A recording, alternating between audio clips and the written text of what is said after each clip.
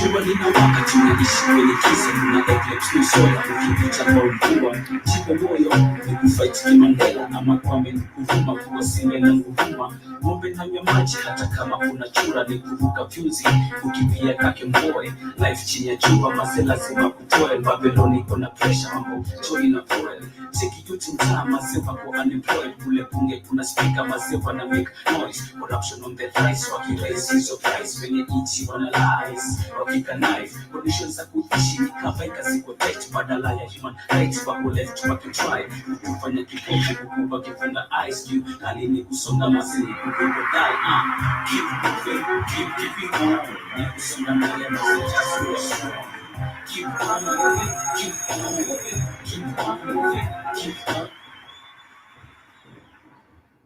Hamzamo family here. Welcome to the Black Hot Fire Network Africa Today show. We do trust that you are doing fantastic on the 16th day of March, the year 2021. And I do hope that in all your endeavors, you are actually getting the results that perhaps you had hoped for.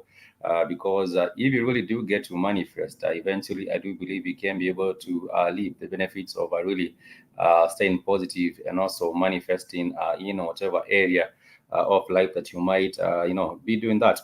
And my name is Spikes, and this is the Africa Today Show. On the Africa Today Show, we get to discuss different issues affecting us as a Black people globally, with a view of adding value to the conversation around matters that have to do with us anywhere on this particular globe.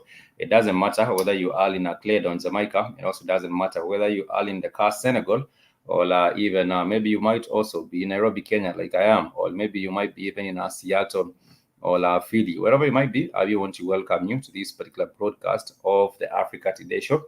And before we start, I would like to remind us that we do have a wonderful Black Hot Fire Network website, which is really a platform where you can find a lot of information. We do have the blogs on the Black Hot Fire Network. We also do have the podcast on the blog on the Black Hot Fire Network as well.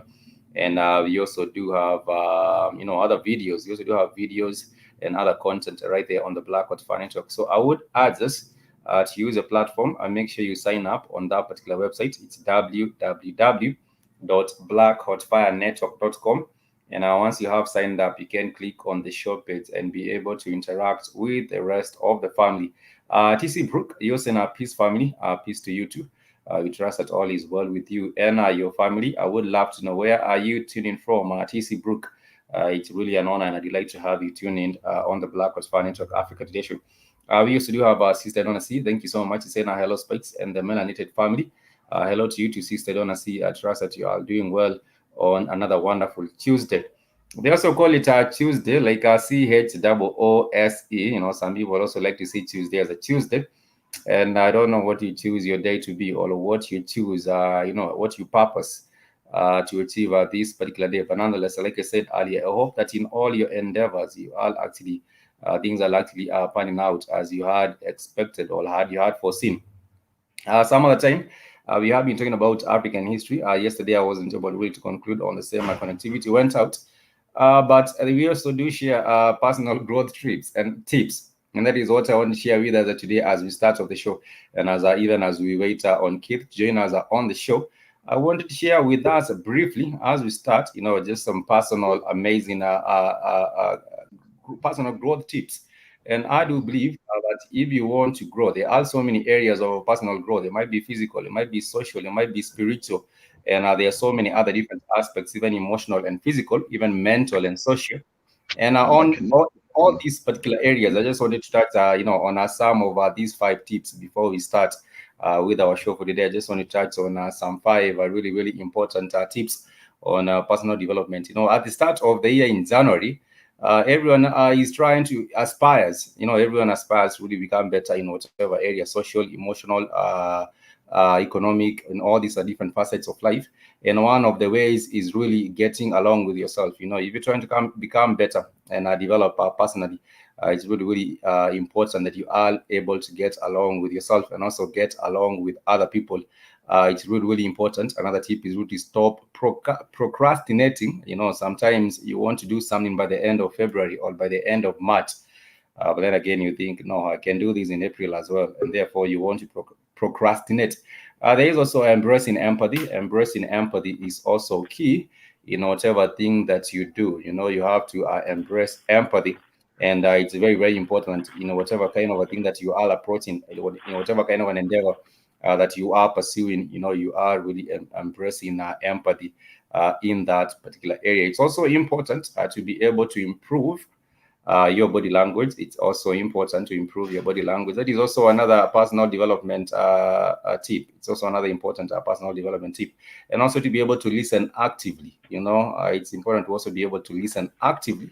When involving in a conversation, it's important that you are also listening actively. There's a difference between hearing and listening. I understand there's a difference between hearing and listening. And now we're talking about listening actively and also building up your confidence would really be an important way of developing growth, personal growth in the social aspect or in the social regard. Those are some of the tips in which you can be able to get better, in terms of personal development. Sister Nish, thank you so much for joining us on the show, and also Keith for giving us this platform. Really love and appreciate giving us this wonderful opportunity. Let me say, Spice don't like when I say this, but let me say mumbo jumbo.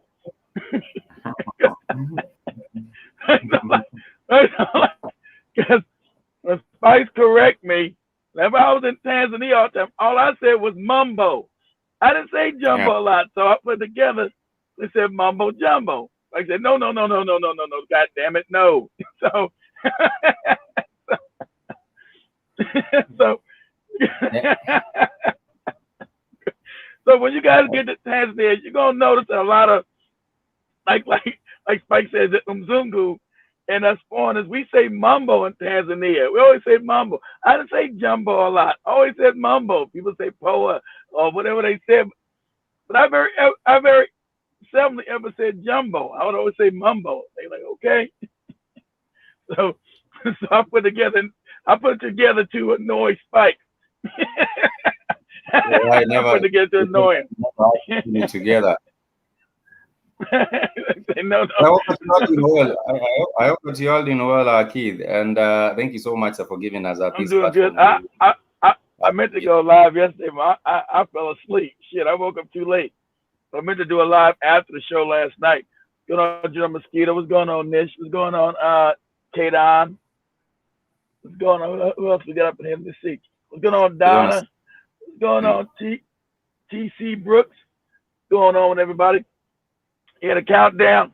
Make sure you play that video I sent Spike. You got the damn internet went out. I hope this new internet thing you telling me to buy works. This damn new system, this new thing we get. I hope it works. Yeah.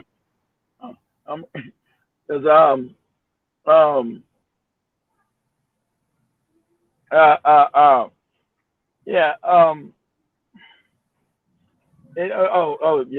Like I'm gonna say, Tasmania's getting close. I still don't know what's going on with John Magufuli yet. I'm sure they try to.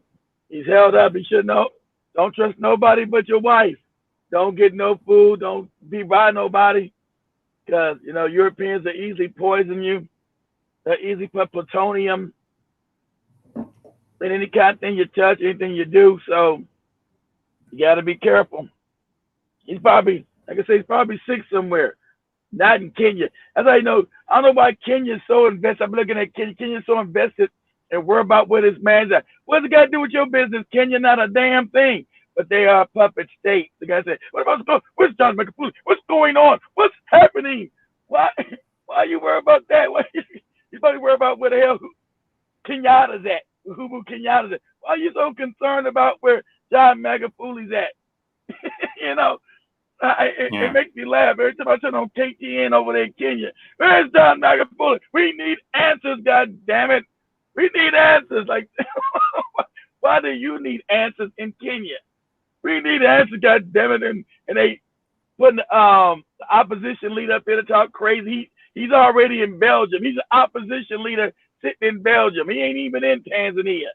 That's interviewing some nut up in Belgium. He's the opposition. If he's the opposition leader, why is he in Tanzania somewhere? The Dodoma, Arusha, Moshi, somewhere. No, he's up in Belgium. And he actually has people fired up. But there's a top Tanzanian official who has implied that the president is sick. And the vice president Hassan says it is normal to be indisposed and urges citizens to unite through prayers. This is from one of the top officials who say that who has implied. He has just implied that the president is sick. I'm also hoping that he might be somewhere sick. I also think he might be somewhere sick, but I hope that he gets through. Maybe they might have poisoned him, Spike. So they would use because excuse me, I got this. Kiri is still on there with the enjoying the I got this big chicken in my mouth. Sorry, I tried to eat a big old piece of baked chicken and I got stuck.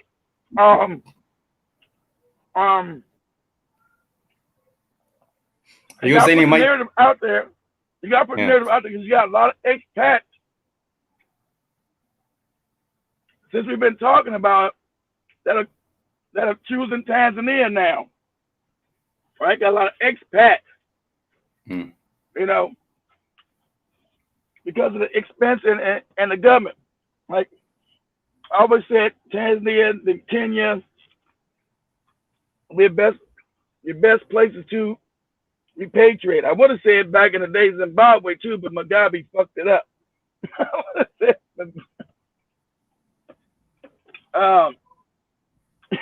Being too damn corrupt. But these, so you got a lot of expats going back, and that's a problem. Remember, Julius Nyerere set up the country very well. But you don't have the same kind of tribal things that you got in Kenya and other countries. So, one thing he got wrong, I think Julius Nyerere got wrong was that Africa should have united immediately, not slowly.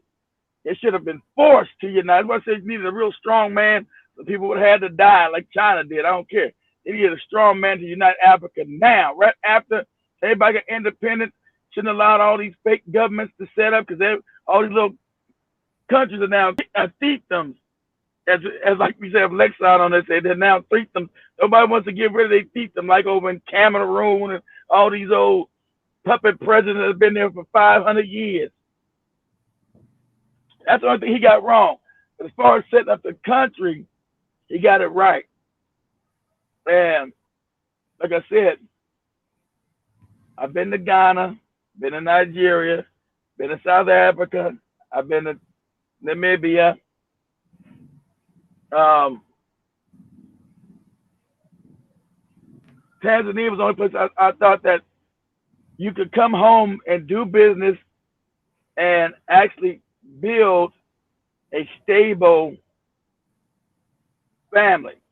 You ain't gonna have nobody doing elections going to start killing each other. Oh, now different. It's election time. Let me go kill Spike. But Spike was your brother 2 days ago. But Spike's another goddamn tribe, and I gotta chop his fucking head off. I didn't see that. Go ahead, Spike. That doesn't happen in Tanzania. Big Cheese is telling you, Kid, I had 50 people waiting with me. people with me waiting on you last night. We had to listen to Infinite Waters instead. Oh man, I fell asleep, Big G. You should have. I fell asleep, man. I woke up. I said, "God damn, what time?" It was like 10 o'clock. I fell asleep. I fell asleep, but tell me to come back on tonight. I try to come back on tonight. I fell asleep. I woke up and said, "Damn, it's too late now." But like I said, family's gonna be you're gonna be in Tanzania. There's a lot of expats, and it was always Ghana, Ghana, Ghana, Ghana, Ghana, and I like Ghana. I had, except for all the big Jesus is running around, I love, I don't consider some Ghana, and I say we're African people. I don't do the whole fake country shit that the white man created. Genetically, we're all the same, so I know that. Me knowing these things, I don't. Like I said, I'm not gonna fight with tribes. Fights a different tribe. It's got the same DNA I do. Fuck out of here with that goofy shit. Because you're the same people. It's just that you, and the funny thing, it's the same culture, just variations of the same culture. You're not in a different culture. Some Negro run around in Ghana with a drum, some nigga down in Mozambique with a drum. Say, hey, we're different. We playing the same fucking beat. No. No. You speak Portuguese, he speaks English. Oh, go ahead. You said people have woken up in some parts of the continent, but we still have a lot of tribalism. Sister Nisha, I think you're saying tribalism is goofy as fuck. That is a very, very correct. And Akira Bridon is saying Sawubana, and General Screw says, stop murdering English. The world is a procrastinate. Yes, I get it. That is an English teacher, Mr. General Screw. I will agree. With Spice. A lot of people in the county are waking up. They said that was going to happen. It's time. Everybody's starting to wake up at their own time. Stop dealing with these tribes. Understand that the black politician in the country use these tribes now, so he can gain power. Same thing the white man does. So I can't be your brother on Tuesday. And Friday, when election comes, I'm now your enemy. You want to kill me? You want to come after me? That's crazy.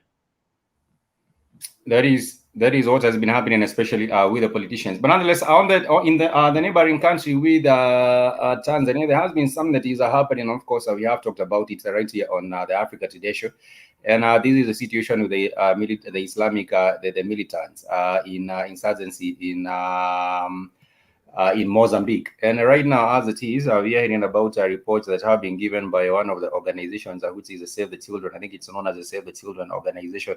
And they are saying that as it is right now, there have been some places where there have been the beheading of children by these Islamic militants. And there has been an urgent request for intervention. I also understand that the U.S. government is now getting involved with this particular situation in Mozambique. Of course, the will be trying. If there been no Islamic terrorists in Mozambique until they found gas and diamonds and natural oil in that area of Mozambique. Now they got terrorists. Isn't that funny? They never had any terrorists, and now also near where they got that gold at in East. I knew it was in the East. I knew it was Eastern Congo because they wouldn't speak. Now they got terrorists in the Congo. Congo never practiced no Islam. Islam? Now there's Islam. There's Islamic terrorists down in the Congo. How convenient again. When did the Congo have Islam? Never. But now they got Islamic terrorists in the Congo. And how much you want to bet it's around some kind of diamond mine, gold mine, platinum mine, cobalt mine, coltan mine, but some kind of goddamn mine. And now, like I said, they're saying that they want to have the American soldiers help in the battle of the expanding ISIS affiliate. They're saying they want to have USA intervene and get involved in the fight. I think they might try and make Mozambique the same where Somalia is. Somalia, there has been a very, very long time where even other regional troops have been sent into Somalia. But Somalia's not even a country no more. Italian country as a failed state, and that's on purpose. They can rob and steal Somalia anytime they want. That's the whole thing with all African countries. Republic of Central African Republic is another Somalia. It's a failed state. Congo is really virtually a failed state, really. It's just that it's got enough administration not to be considered a failed state, but all practical purpose, the Congo is a failed state because the government doesn't control the whole country. So in all actuality, it's a failed state. And that's on purpose. Because the African, it would have been Angola. Said back, Angola 30 years ago was supposed to unite and really just take over those parts of Africa. They had the best military, but not no more because the white man then came back into Angola. Ain't it funny? And they don't have the same kind of military power they had 30 years ago. Angola should have swept across the Congo and all those other countries, just took them over. African Central Republic took that shit over. It's not a real government. Took it over. And told white people, now what? What you gonna do? Not a damn thing. Then you go and educate those people. You build a viable army to add to your already bad and hard army. You make sure they got full security. Make sure you bring in manufacturing. You got all the thing in the Congo. You could have been a power. That's what you do. And you don't ask permission from white people. When they come in and destroy your country, they don't say, please, Africans, let us come in and beat you in the head and take all your resources and put up mining and leave you in poverty. They never ask you for that, do they? They don't say, please, African, let us come in and put you in poverty while we steal all your resources. Make your women prostitutes and then promote an LGBTQ. And they would say, if you don't accept this, you're some kind of made up word, homophobic. But we're focusing on jobs. Well, you got to be focused on sucking dick too, because that's what we want to put in here. So, all kind of ridiculous shit, all kind of ridiculous nonsense. Go ahead. And also another difference, another problem is that there has been that particular kind of a complex where they think that us as Africans we get to think that this is a good intervention. When you hear the French troops are coming to help in Mali to fight the insurgency, or you also hear maybe the US troops are coming in Mozambique to come and help against, or even the UN troops, because there's some UN troops, and most of them did not have the agenda of helping in any kind of a situation. Now you remember the situation. I know they didn't pick the neighbors to the north. They could have asked Tanzania to come help. They right there on the border. You know why? Because up to the Europeans, because they can't really control Tanzania. Because Tanzania is food sufficient. None of those sanctions will work on Tanzania. He said the country, well, sanctions won't work. So I'm sure they told Mozambique, you better not ask no Tanzania. We'll sanction the shit out your ass. Bro, you got Tanzania right there to the north. Why aren't none of these rebels going across the border? How they just stopping right at the border? Because they never, when you have African problems, these terrorists never just stop at the border. I think that's Zoe. Like, if that's Zoe, let them in. I think that, other African countries, they never stop at the borders, right? They never say, you know what, we're going to stop at the borders and respect these borders. No, they just start creating all kind of crime across. They won't go into Tanzania because they're going to get wiped the fuck out. That's why. This is some European-backed fake terrorism. European-backed. Make sure we understand that. European ain't got same old face. Islamic phobe. No, it's European-backed because they found all kind of gold and diamonds and natural gas and oil in that part of Mozambique.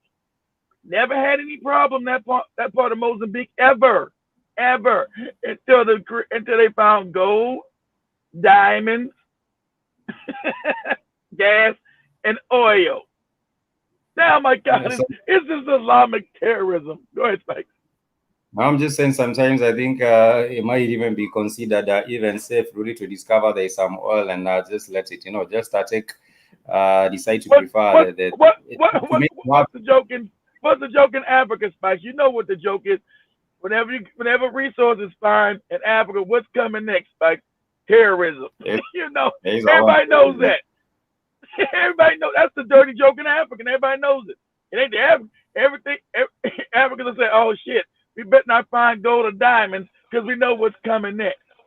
We know what's coming next. Has any terrorism erupted? Has any terrorism erupted in that area where they had that gold coming out that mountain? They were harvesting it by hand. Yeah. They said now it's terrorism over there. I'm even yet to verify what particular place that was. You know, I'm not really much convinced that people will discover. I'm skeptical about that particular story and what will happen of it, because you might hear of terrorism or like. What they say is terrorism in the area now. I'm not sure they got to the village yet. They said in that area, they said, yeah, now there's been Islamic terrorism. There's never been no Islamic terrorism in the fucking Congo.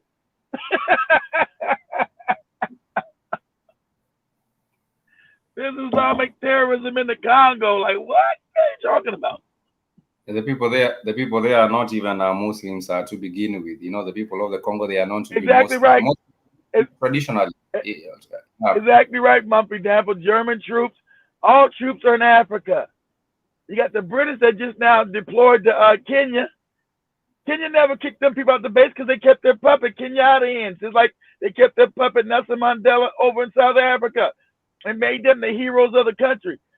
Why are the people that actually fought for the Kenyan revolutionary are all impoverished? Huh? By the Kenyatta's family worth over $500 million because those were the puppets they put there. And why when you go throughout Kenya, all the farmland, the good farmlands all still owned by crackers. When you go to South Africa, all the good farmlands are owned by crackers. Huh? What do you think that is? Because they left Kenyatta was a puppet. That's why. But you can't go to Tanzania and find a bunch of white people own the land at all. You can't find no land owned by white people. That's a no-no. That's a hell no. Well, I'm going to fight a revolution and let white people continue to control the land. That's why they hated his ass. Told you, but Tanzania was the reason why all these other African countries got free. That's why they hated his ass. He had no big mansion. He had some small ass hut he lived in and shit. Small. I'm being kind of facetious. Small house. All these people had palatial mansions and shit. Tanzania lived in a small, damn 2-bedroom home almost. They made the people begged to build him a damn decent home. He said, "No, I'm good. We're gonna help the people." I said, "No, we can't have the president of Tanzania living in this shack." So you won't see no big swaths of land. You go to Kenya, you see all kinds of dole factory, pineapple plants, white people with tea and coffee plants, all out there and shit. Because they kept their puppets. So, and also, but tell Cameron that was a good video. Let's tell Cameron that was a good video she did. I just need her to turn her damn camera platform. Landscape. Turn the camera landscape, Cammy. That was a good video. Because you see what Cammy was buying groceries for 3 weeks, and it didn't cost her nothing, but like she told you, $5. Dr. B.S. said, "Is that $5 for today?" She said, "No, that's about 3 weeks worth of shit."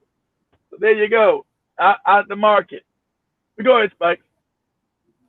No, just saying in other areas, you were saying that earlier on that there are some people that have remained in Kenya. The Mzungus have remained in Kenya, and we shared a video last week. If you show the video, you'll see when Kenyatta told him, "We're not going to kill you. We're going to allow you to remain here, stay here." But the people that fought the revolution, that's how you know Kenyatta was a bootlicking puppet. The people that actually fought the revolution are living in poverty. They're not rich. He's the only one got rich. But everybody who actually fought are living in poverty and almost forgotten. That's a fact. To let you know it was about them fighting and them being held as the ones that freed Kenya. There are Kenyans in concentration camps. I wanted to tell you, Kenya was supposed to be Australia. Kenya's beautiful and it's temperate. That's why Spikes love it. It's temperate. White people love Kenya. They don't know. You know, white people visit Kenya. They don't even want to leave. They want to leave that motherfucker. They expect it was supposed to be like Australia. That was the plan. To genocide the black people of Kenya, like they did in Australia and Tasmania. That was the plan. I'm not making that up. I'll come back and show you the paperwork. They were going to genocide the Kenyans. That's why they were put in concentration camps. It was to murder their ass up, and that was going to be a white man's country, like South Africa and Australia. Because Kenya is very beautiful and it's temperate. Great soil. But they fucked up, and you know the Kenyans had a fighting spirit. And we don't care how many Jesus we worship. You ain't murdering us, and you ain't stealing this country. But they put their puppet in charge. He allowed them to keep all the land that they stole. Julius Nyerere told the British, "You can't keep nothing here. You got to go. You got to go." Just like over in Zanzibar, when they fought the rest of the damn Arabs. They massacred them. They massacred them Arabs in Zanzibar. Said, "You don't own nothing here. We're going to murder all you motherfuckers." You know what the Arabs did? They got the fuck off of Zanzibar. Because the blacks were murdering their ass. It was they called it the massacre. It's always a massacre when black people fight back and start killing other people. That's a Oh, where was the UN? Where's the massacre? Nah, they said they're not gonna take no more of your shit. We're gonna own the country. Period. If you remember when they had that study where they were studying masculinity in Kenya. Yeah. So do you see now where China is implementing a program to make their men more masculine? Masculine. Yeah. Mm-hmm. I bet that China was weak. I said, fuck all them goofy kung fu movies y'all watch. China ain't won a war outside of China and goddamn over 1,000, 2,000 years. They ain't never fought nobody at one ship. The Japanese went in and rolled. That's why I told you guys the Japanese went and rolled their ass over. I told they lost no battle with the Indians. But what would happen? What would happen if they were to do the same thing? If there was a concerted effort on the African continent to ensure masculinity and promote it, that would be a major problem. They'd be dominant. They'd be dominant again. That whole thing's exactly right. The whole thing was to say, because they knew that's why they went to Kenya. See, they know your history. They know Kenyans beat the Europeans.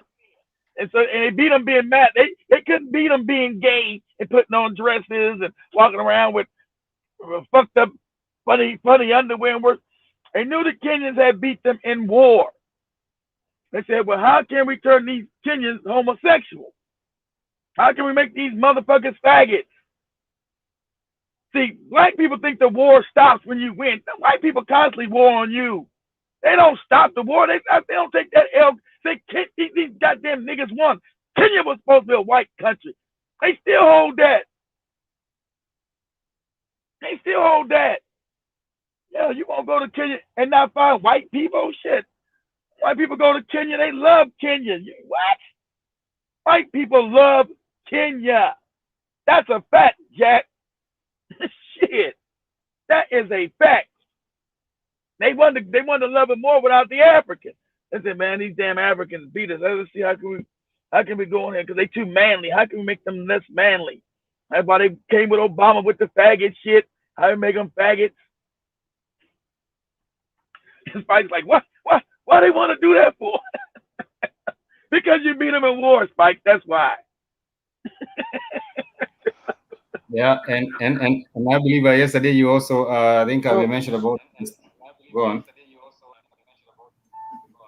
I was just saying so it's no coincidence that Kenya beat Europe in a war, and then years later, the first Black American president has Kenyan roots. That was a whole chess move right there.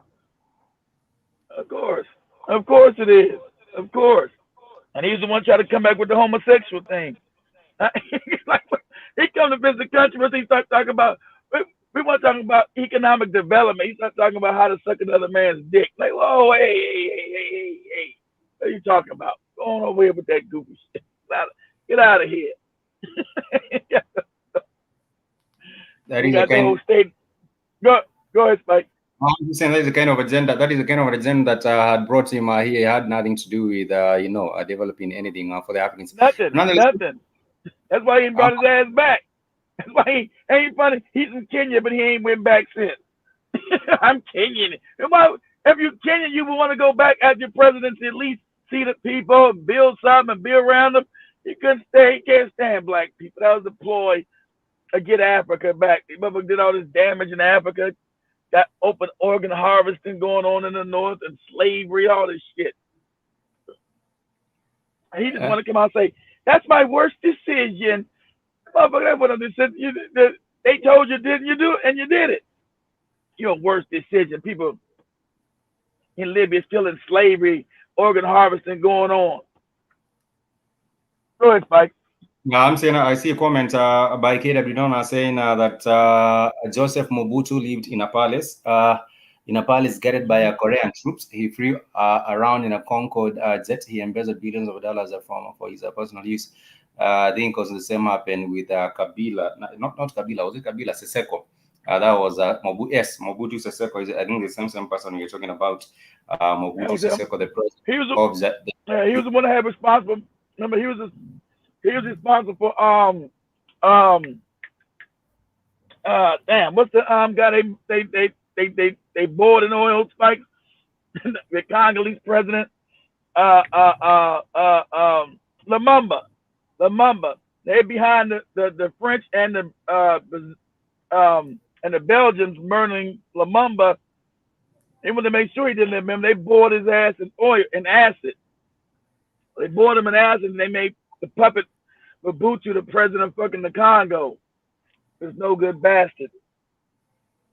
And I did see a documentary where all that particular wealth did not even trickle down to the children. They are still even poor, which is coming back to them. But nonetheless, there's something that has to do with Africa I want to share with us, and this has to do with the religion. And someone breaking it down as to why Africa might still remain poor even for the next 10 or so years, because at the end of the day, mental shackles are holding us back. And I want to share this particular presentation.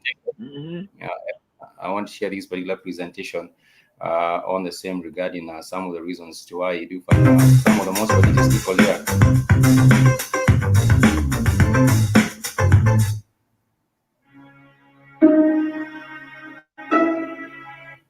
Fuse it with spirituality. Now, as a reverend, I'll focus on Christianity, but Islam and traditional beliefs do certainly take their own share. Here I am, a reverend, okay? And why would I speak so critically of religion? Well, let me tell you a few things about myself. First, I'm a born-again Christian. I'm spirit-filled, I'm tongue-speaking. You're born again stupid. You're born again stupid. That gives you an idea of where I stand. 23 years been saved. 17 of those years, a minister of the gospel.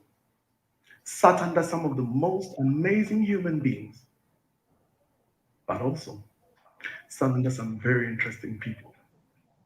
What the fuck is he talking about? Learn something. It's really about religion and poverty. Why poverty? Why religion is the number one cause of poverty in Africa? Within religious institutions. Oh, boy. Then he should be a damn preacher. He should learn. He should be talking about why it's damaging. But go ahead, go ahead, please. Manipulation, control, and selfish gain. At least by Africa before I said that. It's just how religion, and I really use that. Welcome to the party, stupid. Personalities and institutions. I learned a very bitter truth, and here's that truth. Religion is the number one tool for mind control from the elite. Now, there are five distinct ways that this happens. Now, before I do so, I have to give some credit to something. Most people, especially for me as a Christian, know Jesus Christ. That's who we follow. What is amazing is that Jesus Christ was perhaps one of the most anti-religious people I ever came across. In fact, Jesus, throughout his life on earth, preached the kingdom, not institutions. He was so anti-religious that in Matthew chapter 23 in the Bible, you get an entire scathing attack. He says that religion, of course, is a mind control tool, but the problem is that he partakes of the same, and has people shackled, in mental shackles are the same way. And we also did have a journalist asking why we do have most people in Africa turning towards religion, and these are some of the composition and the takeout from the same. If you don't get physical religion, most people believe in what? authority. The report said what? No, I'm saying he says it's a tool for it's a mind control tool, but I'm saying he's of course partaking of it, because if it's a mind control tool, then why will you be also peddling the same? There is a question, and that is what he was trying to say on that. Religion serves a dual, but it serves a dual purpose. It's a mind control tool for the people who were conquered by the people who are perpetuating that religion. It's a mind control tool for those who were conquered. But if you are one of the conquering, it's a mind empowering tool. So for a white American one or some entity that they bow down to, or that they're subservient to, instead for the white mind to see white Jesus, that is something that they strive.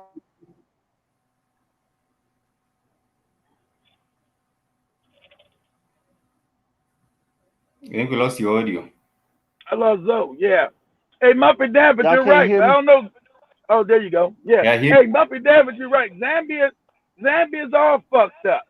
Zambia with the G. With I haven't been to Zambia. I thought Ghana was close. All of Africa's fucked up with the Jesus shit. It's just over the top, ridiculous with the shit. It's over the top with it. They won't study nothing. They won't find out where it came from. They hate their own ancestors who didn't even worship this shit 150 years ago. Your great grandmother didn't even know this shit, didn't care about it, and didn't worship it. They got all Africans saying that their own people are evil. You better learn something from the Asians who put the Portuguese out on the island, so you bring that shit in, we'll blow your fucking head off. And how the African just completely gave his own spiritual system. I don't care if you sleep or not. It just seems like we just fucking stupid. You worship a whole phenotype that ain't nothing like you. Had nothing to do with your whole culture. Seems absolutely retarded to me. I can't just say we're just sleep. There's something wrong with the African fucking mind. Because we're the only people that done this shit. Ain't nobody can come nobody's come to tell you fuck all your beliefs, your mores, your forays, your whole systems, and just adopt some foreign people beating, raping, pillaging you, and then call these people God. No one did that but us. No one's done this shit. No one. That you disregard your own goddamn great-great-grandmother for somebody raping, beating you, and stealing from you. So you gotta say, what the fuck is going on with African people? I mean, globally, goddammit. That question's gotta be asked, and it's got to be solved. Can't always whitewash shit over. There's something wrong with the African mind. But go ahead, Spike. You go ahead and play it now. Only people running around worshiping shit don't even look like them. Fucking bad shit crazy. Whatever it is they want. According to the Oxford Dictionary, religion is the belief in or worship of a superhuman controlling force. Now, Africa is very religious. White Islam, this is how Africa, the continent, in terms of religion, is compared to Europe. Clearly, many more unbelievers in Europe. Exactly. More unbelievers of the shit that they brought to you than you believe in the shit that they gave you. That's how insane we are. There's more unbelievers from the people who brought you this bullshit than it is from you who accepted the bullshit. Absolutely fucking crazy. Because you know why? Because eventually they had time to go back and research it and say, this is stupid. It's not real. It's a lie. But go ahead, Spike.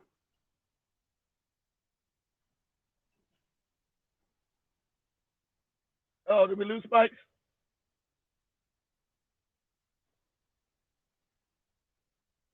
About Zoe, did we lose Zoe? Or maybe I'm the one that's lost. Am I lost?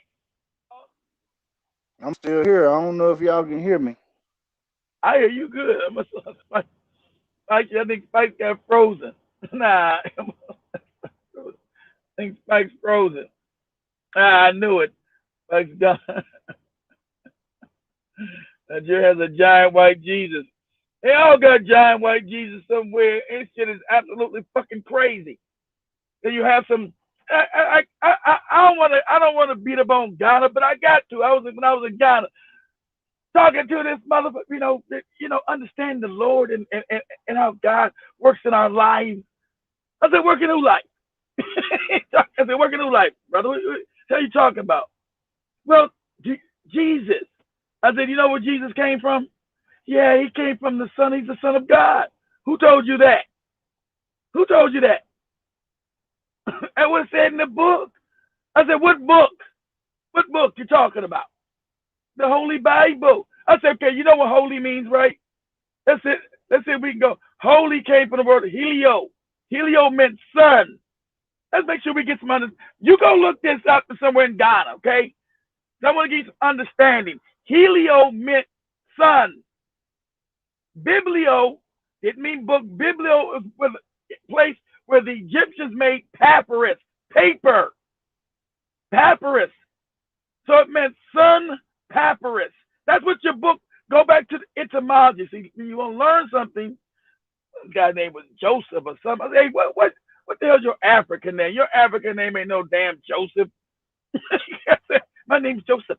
My name is Joseph. I'm Joseph. Your damn name ain't no goddamn Joseph.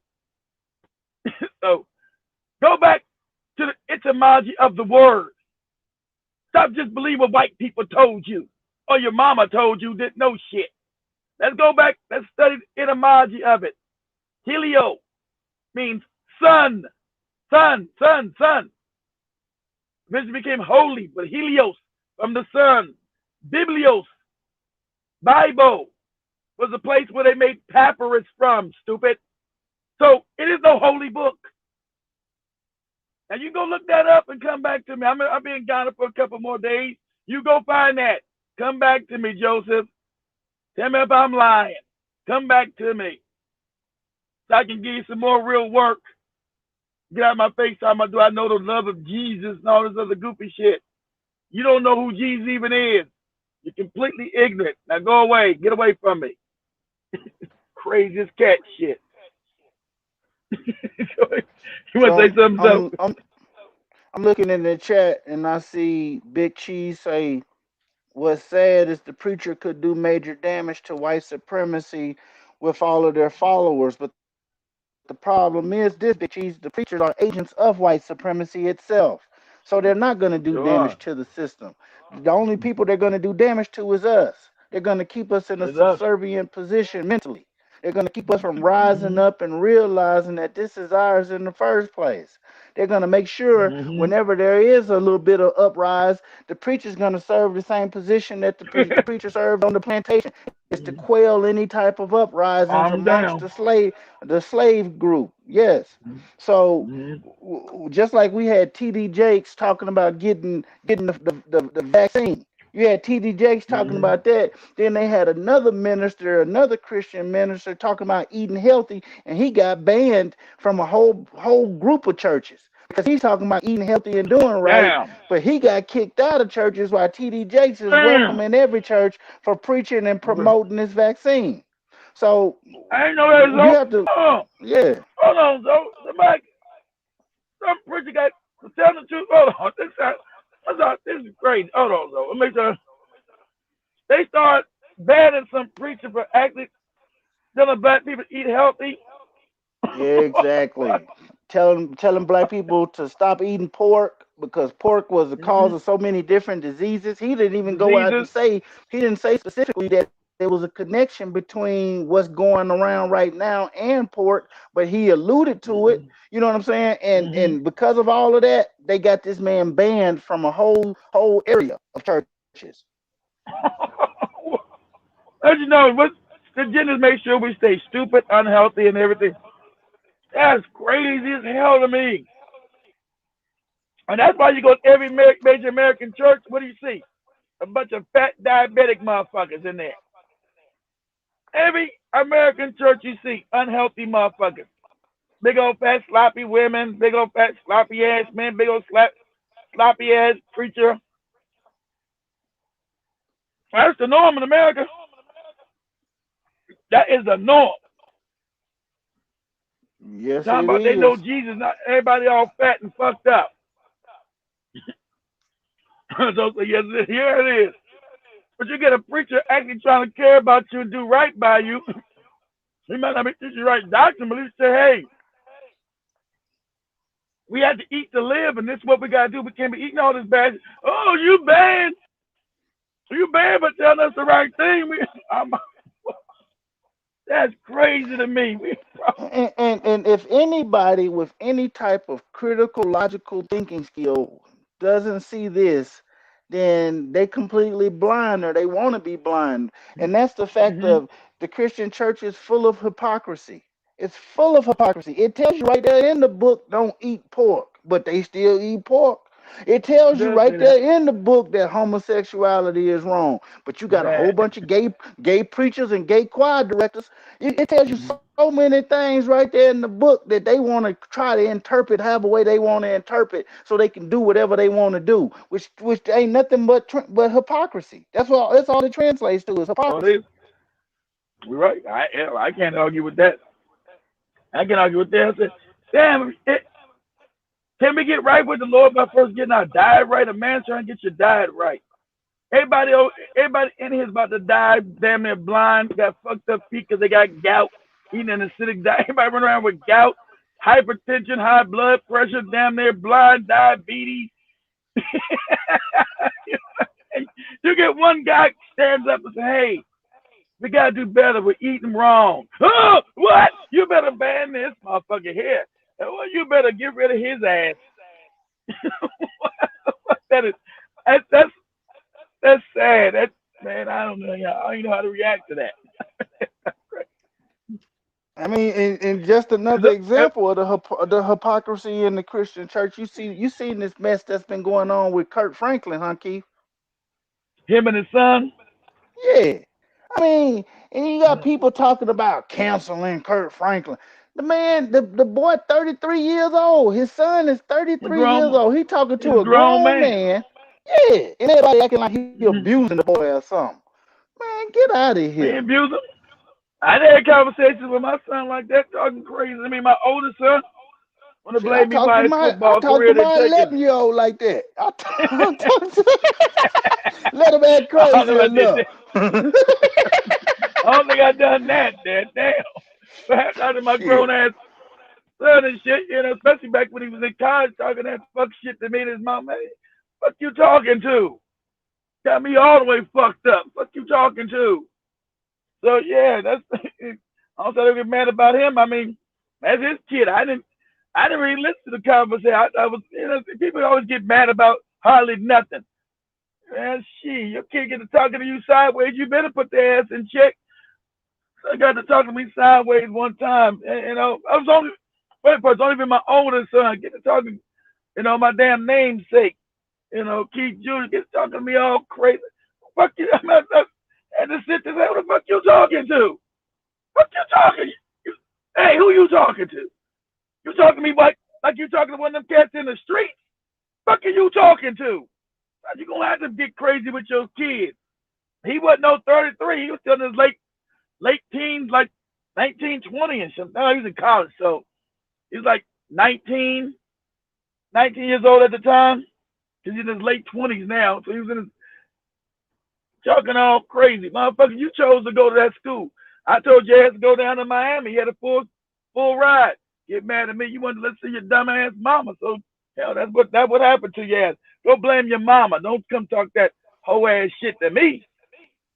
That's why he changed his last name to Brown. Yeah, he did. So just go tell all my damn business. You said that on the show last week. You told us this story verbatim.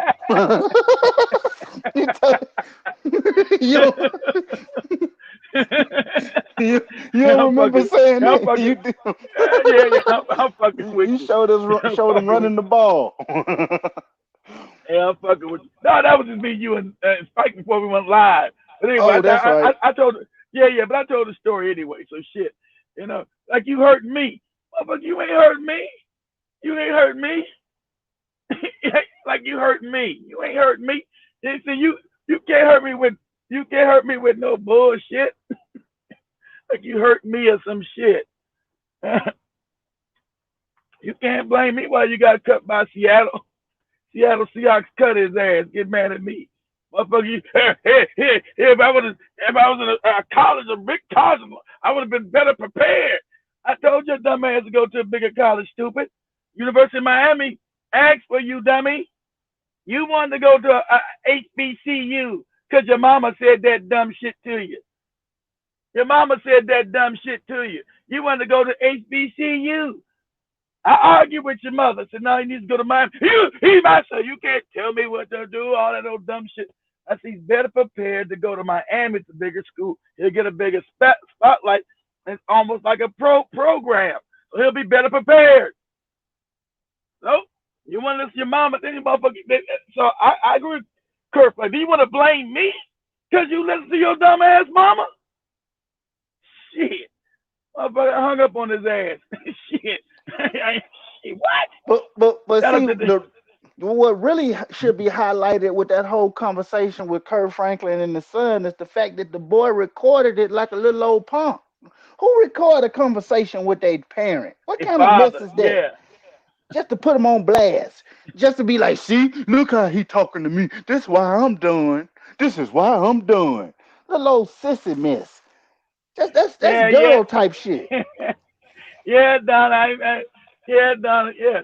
My son changed I think he might have changed his name back, but yeah, he wanted to change his name to his mama's maiden name. Like it's gonna bother me. I said, Mama, you ain't gonna bother me. That's you want me to be mad about petty shit. That's your choice. You do what you do. You're not gonna bother me. And my son, my second old son, who's down in Houston, Andre's like, man, why keep changing his name like that, Daddy? That's stupid, ain't it? Hey, you do you. Sometimes you gotta do you, but you ain't gonna talk to me all fucking crazy. And then you get your children. Sometimes your children gonna have rivalry. He didn't make it in the NFL. The Seattle Seahawks cut his ass, right? And so my other son becomes a producer making all this money. He's all mad about that shit. He all salty. So you got to so anybody's got children, you know the dynamics between your children. He's all salty because he thought he's gonna be the next goddamn Emmitt Smith or some damn body. Seattle cut his ass. He didn't try to go to Canada, Keith. He should have went. I think my son told him that. I didn't tell his ass not like fuck his ass. Shit. I did a Kurt Franklin, fuck him. Shit. That's your life. You do what you gonna do. I'm always keeping it real with you. I'm not, I love me my son, but when you cross the line, man, fuck you. You gotta do you. You're not gonna, you can't put no dirt out on me, motherfucker. I done raised you out in the street starving. Ain't a lot of people can get a chance to go to no damn college. You got a college degree. Deal with that. You got a college degree. I told you to go to Miami. You chose to go to HBCU. You gotta live with the decisions you make. You wanted to be a man. You made your decision. Live with it. Don't come back and blame me because your decision didn't work out the way you wanted to work out. You gotta be responsible for that. You got to hold that L, not me.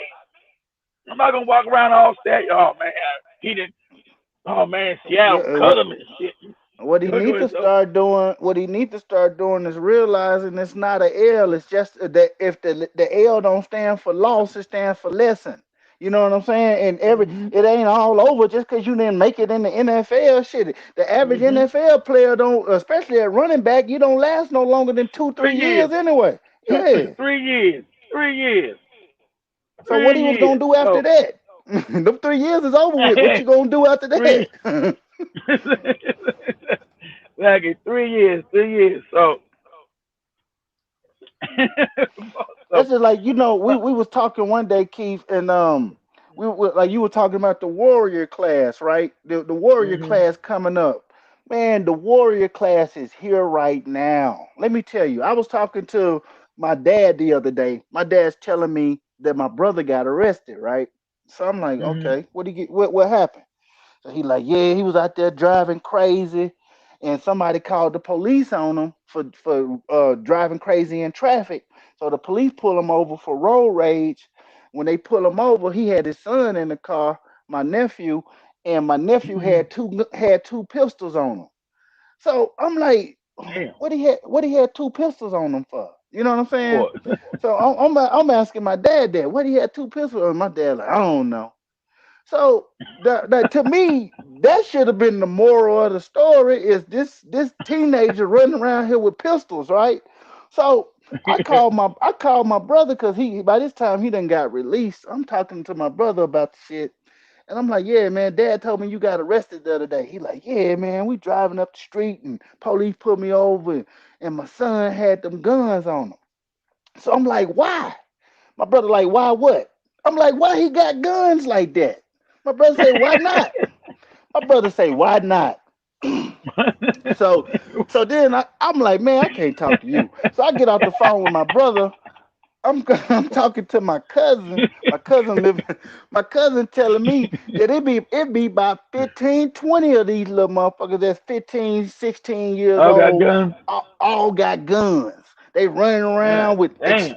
extended clips, all kind of crazy. You know what I'm saying? They all got guns Damn. hanging up, and they got skinny jeans on with big ass guns. That don't mean just stuff that don't make no sense. You know what I'm saying? Shit. So this is really the warrior class, but they being misdirected. You know what I'm saying? That energy ain't being focused correctly. So as a Got result, that right. they warring against one another instead of warring against the enemy that we need to be focusing and warring against. That's right. That's see, I see, and I never had them kind of problem. That's my why not? Good God, you hell, you paving the cell for all your children. Jesus Christ, Yeah, and see, let me tell you, this is what happens. My they down brother in in the Jackson, right? streets. They down in Mississippi. Yeah, They down in they in Miss, Mississippi. Okay, yeah, they in Jackson. So damn. my brother in the streets. He been in the streets. So this is like Mm-hmm. the generation when gangsters and thugs have children. They children don't have no choice but to be gangsters and thugs because Mm-hmm. that is what's Yeah, glamorized. You know already what I'm saying? know. And how many guns you Mm-hmm. got? How many times can you? I'm like, I bet you none of them jokers ever go to a shooting range or go out in the country and try to shoot cans off of a fence or nothing. They just run around with big old guns, gonna mess around and shoot somebody, don't even know how to aim it right. You know what I mean? Mm-hmm. That's exactly what you mean. I'm good, bro. Them kind of goofy motherfuckers. Uh-uh. Yeah. Accident blow your whole fucking head off. Mm-mm. Yeah, you sitting here thinking, oh, this a teenager. Go sit down somewhere, boy. And he done Man, shot you in the back of your head. These jokers is crazy like that. you're exactly right. That's some real shit. Want the whole damn back of your head off. What the hell I'm talking about? We ain't never those square. They need For real. to check out that damn. This the crazy thing. So when these boys, my brother's children were young, they teenagers now, but when they was like Yeah. 4 or 5, right? My first time seeing them. So at the same time, my oldest son is about the same age as my brother's oldest child. So I haven't seen at this time I hadn't seen my oldest son in a while. So when I saw my brother's son, he was asleep when I got there. So it's a child. So I ain't seen my child. So shit, my fatherly instincts kicked in. So I grabbed the little boy, kissed him upside his head while he sleep. So my brother see me do that. He all smiling like, yeah, that's your nephew. So my nephew wake up. He like, Daddy, who this faggot ass nigga kissing on me? 4 years old. 4 years old. We damaged, man.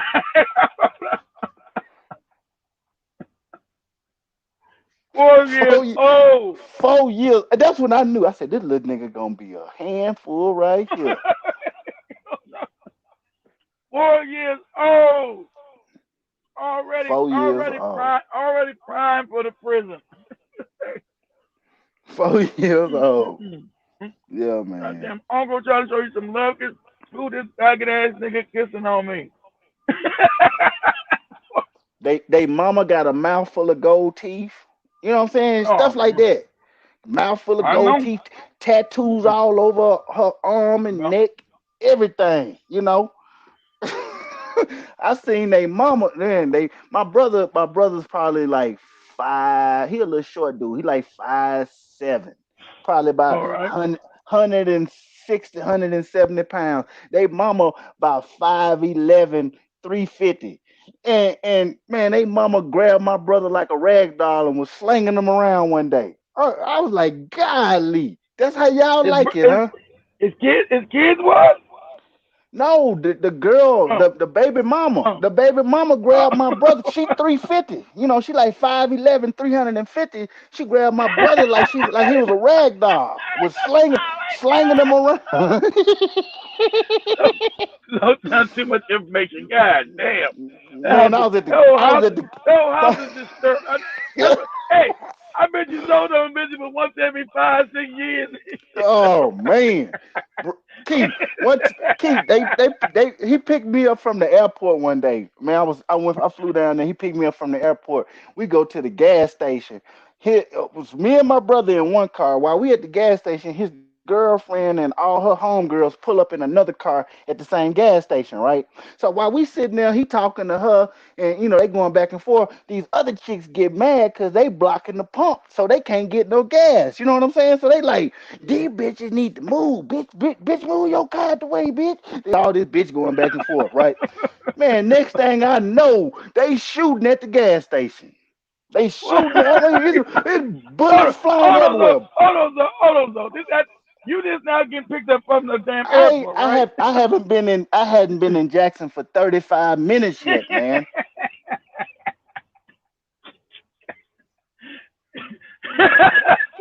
Somebody catch a case just getting a ride back to the family's house. Man, it's windows busting. I'm in the car. Windows busting out because they shooting, bullets flying everywhere. I'm about to get killed messing around with these clowns. You know what I'm saying?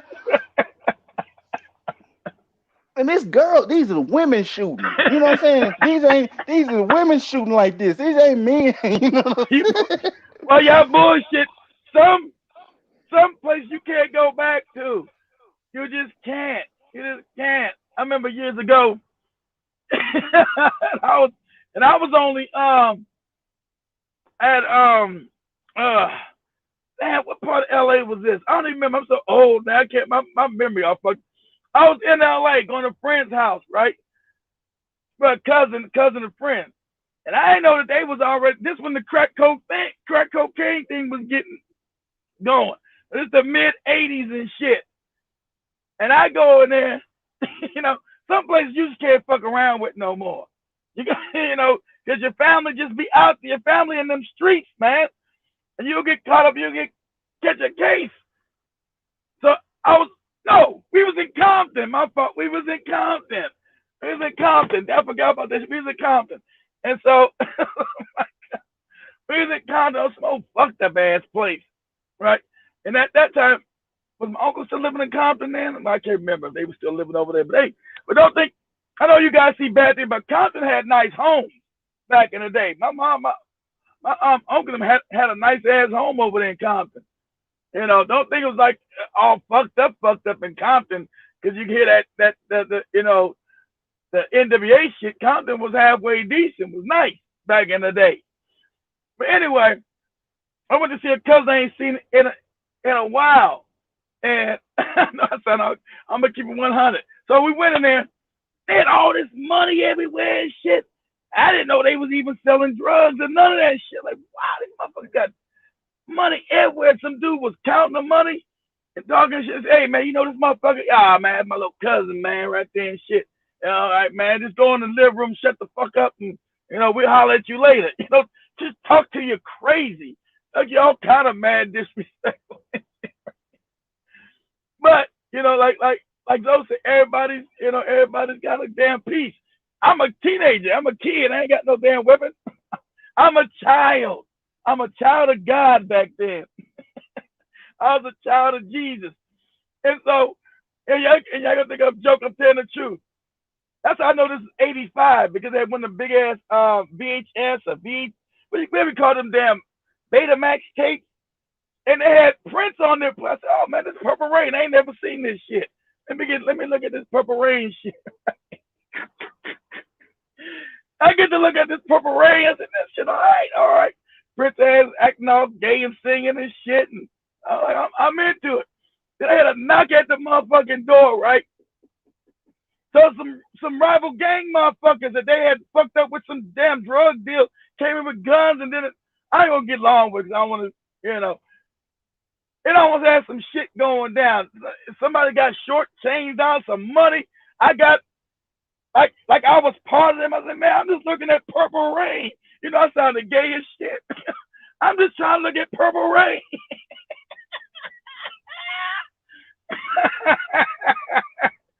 They're like, hey, you better shut this goofy motherfucker up, right? I said, man, I don't even know what's going on. I'm in here looking at Purple Rain. I don't got nothing to do with none of this shit. So, us being black, you know, your family, you can cop in certain situations, but you ain't got nothing to do, because I hate to say, our family's been on the edge of the economic spectrum in America. Some family members are going to be doing part of the underground economy. It's just that simple. Okay. They had the money machines, they count money. Most got to talking crazy. Man, we got showing this deal, blah, blah, blah. Who's this motherfucker in the living room? Man, Keith, I ain't gonna try to lie. I almost pissed on my motherfucking self. I was scared as shit. I didn't know what the fuck. I said, man, I'm just looking at Prince. Let's get that sound. I'm just looking at Prince and Purple Rain. That sound like a somebody want to shoot and kill. Go ahead, Zoe. No, what blew my mind is I had went to LA to visit my daughter and my son one time, and I had got a rental car, so I had got the rental car, and I had right there by LAX or whatever. So I wanted to see, because I always heard about Compton and all these different stuff, and Crenshaw and Inglewood. So I jumped on Crenshaw and took it to Inglewood because I wanted to see what's really going on. And and it had like a little strip mall or a little shopping area with a convenience store, liquor store, some jewelry stores, and like a laundromat. So I went up in there, went to the liquor store, got me a beer, parked in the car, and I just wanted to peep the whole scene around Inglewood. So while I'm sitting there in the car drinking a beer, I see a guy walking down the street, and there was another group of guys, probably about a good 200 yards away. So as the guy's walking down the street, he lift his arms up to these other guys. Man, they didn't say one word. Next thing I know, it's gunfire. Bah, bah, bah, bah. So that's how they like. I had to tell the people when I got back to Colorado, man, they do real gang banging in LA. They don't be playing around. It ain't no, well, what's up, pushing each other and going in circles. Shit. No, they just start shooting. They start shooting without talking. I ain't gonna lie. Parts of LA scared me back in the day. Then me being gone so long, I wouldn't go to certain places. Shit. Parts of LA scared. It'd be all kind of fuck because we got so much stuff. Hey, remember I was just over my cousin's place one time over there in Watts and shit. And if Monique know the area about Watts and Grape Street, and they burned down the Watts Towers, guys. The Watts Towers over there. They had burned down this damn little house and shit years ago. That's when I was younger. I was just going to play basketball, man. The motherfucker about to kill me for playing basketball. Wait a minute, where you from, man? At that time, we had moved outside the city. I think we were living in Pomona, Pasadena, or some shit. I almost got killed just coming back in the city playing some pickup basketball. Like, God damn. Nah, man. Fuck all that shit. It's a war zone for real, Jack. I said, man, I'm from LA. Man, you don't sound like you from no motherfucking LA. You know, wait. Yeah, man, I'm from Los Angeles, man. I live in. Oh, this nigga trying to claim, sit tripping, trying to claim me like nigga living out in Pasadena, Pomona, motherfucker. I said, no. Nigga sit tripping. I'm just trying to play some basketball. I got God damn. I had to run. But I ain't gonna lie. I had to try to, you had to placate these motherfuckers. You know, let them talk crazy to you. You ain't got enough people around us. And everybody's got guns. You ain't got enough people around you to really, talk no shit. So, you get them laughing. I'm always funny. You get a motherfucker laughing, right? Laughing about some dumb shit, talking about, and then you get to playing, then you slowly sneak the fuck away. Yeah, hey. If y'all ain't never been there, LA is a whole different type of animal. I remember I was that's as I left that strip mall. I'm driving back to my hotel. It was this white dude behind me. The light had turned green for me to turn left. This white dude behind me. I'm sitting there looking at my phone to check my GPS. White dude behind me. He hit the horn, started blowing on the horn. So we missed the light. So I shot him the bird, and I get out my car like, forget you, white boy. What you gonna do? The white dude got out the car and started laughing at me. I ain't never been nowhere where white folks get out the car and start laughing at you when you telling them you whoop their ass. I said, oh no, LA something different. LA something different here.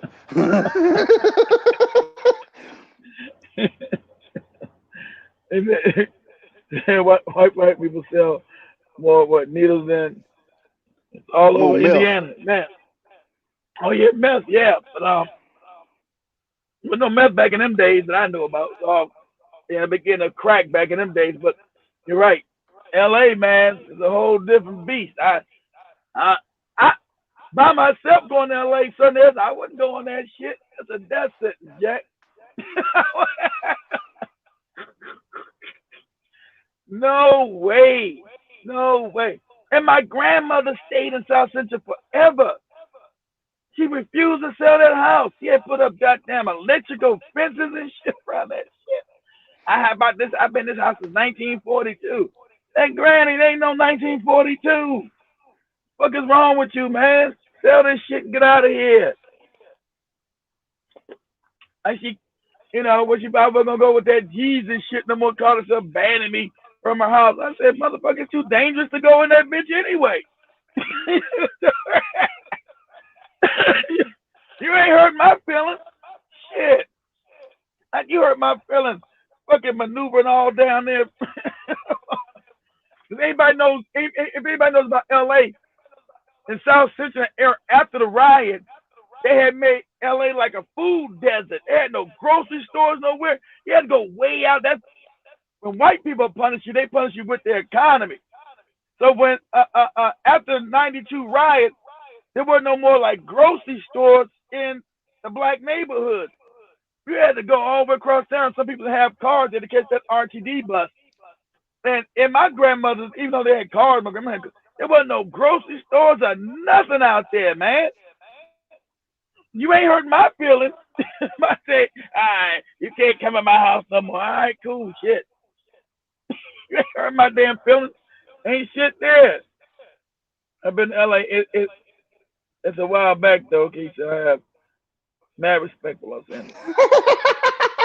You see what Precise said, Keith? Right up under G-Man Condo statement. My cousin got set up by a Crip chick and a group of women beat this nigga's ass and rob. I believe that shit. He ain't tell no lie. My sister was a Crip. My sister passed away. She dealt, and she was a college chick. She dealt in that goofy shit. I wish I could fucking I wish I could. Anybody remember that show came on in the late '80s called Love Connection? I remember that goofy shit. I remember Show that called Love Connection with Chuck Wilbur or something. With Chuck Willery. Yeah, my sister was on there. And at that time, she was still in her gangster mode. She was with the Crips. She had a goddamn '64 convertible. The motherfucker was nice though. That shit was nice. And my mom said, "I don't know what go to do with your sister. She college educated now, but go with these Crip motherfuckers." I don't know. I don't know what she's doing either. So, I believe what he's saying because my sister, they were beating and robbing motherfuckers, all kind of crazy shit. And she didn't even grow up in no household like that.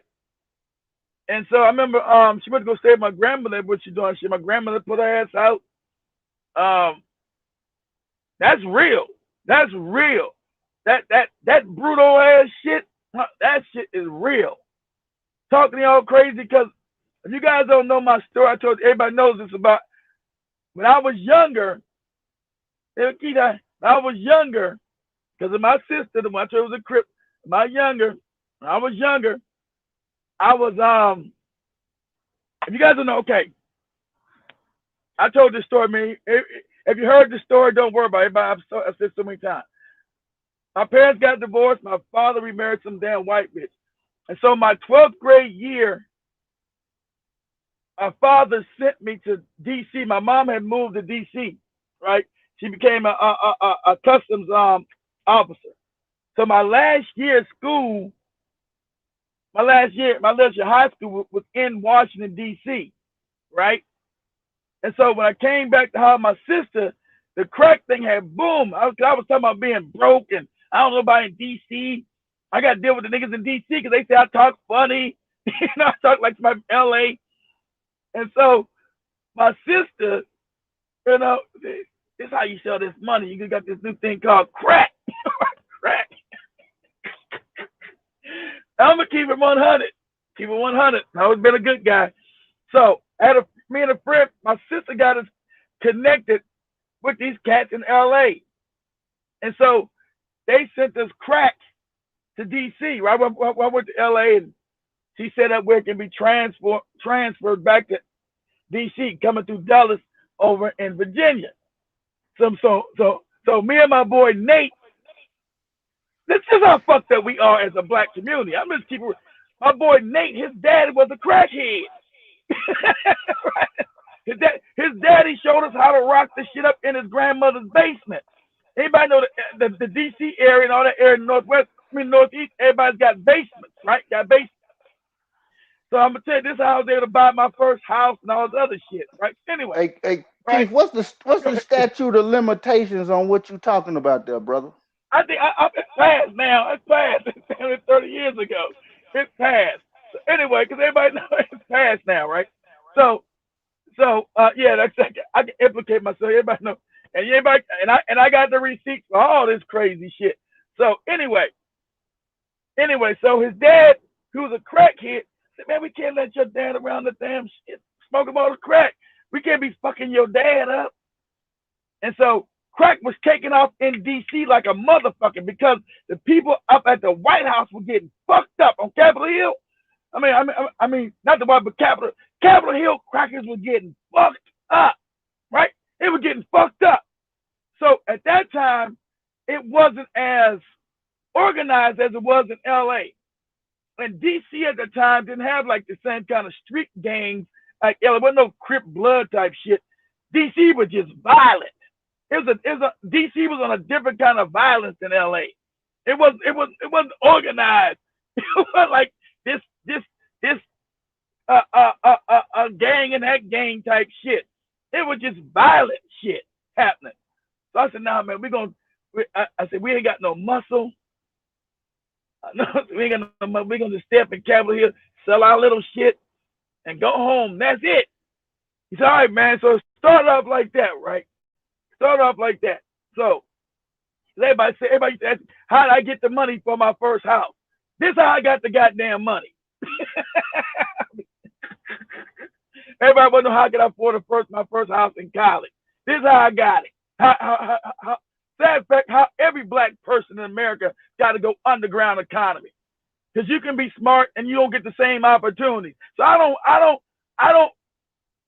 feel bad, but I didn't feel bad then I was a kid. So I don't feel bad. I can be honest. I didn't feel bad then. Fuck no, I didn't feel bad. So don't ask me, did you feel bad? No. I was a child, I wanted shit. I was a kid, I didn't have no car, I wanted a car, I wanted shit. So, and my sister knew I wanted shit. My sister rode around LA in the 6'4s, and I just didn't want to be part of none of that dangerous gang shit. I didn't want to be part of none of that dangerous gang shit in LA. LA seemed to be too dangerous with that shit. I didn't want to be on no police block. So anyway, and my sister at that time, they were moving a serious way. Anybody know? My sister got wealthy. It might have been a crime why she ended up dying, because it might have been the payback. I don't know. But anyway, so we're up in DC. We learned how to cut this shit up, how to use bakers, how to cut the debt. And this is crazy. I know it's crazy, but his daddy's in the basement showing us how to cut the shit up, how to make it in the rocks, right? How to freebase the shit. So, we had no class in freebasing. The daddy showing us how to freebase the shit, right? He said, man, I know y'all gonna give me some of this rocking shit for showing you little niggas. Now he talking to showing you niggas how to freebase and shit. Crazy. Man, black people, we messed up. Anyway, so he shows us how to do it. And I'm not gonna lie. In the beginning, man, if you couldn't make money in crack, you was fucking crazy. Because we was out there in Capitol Hill, right?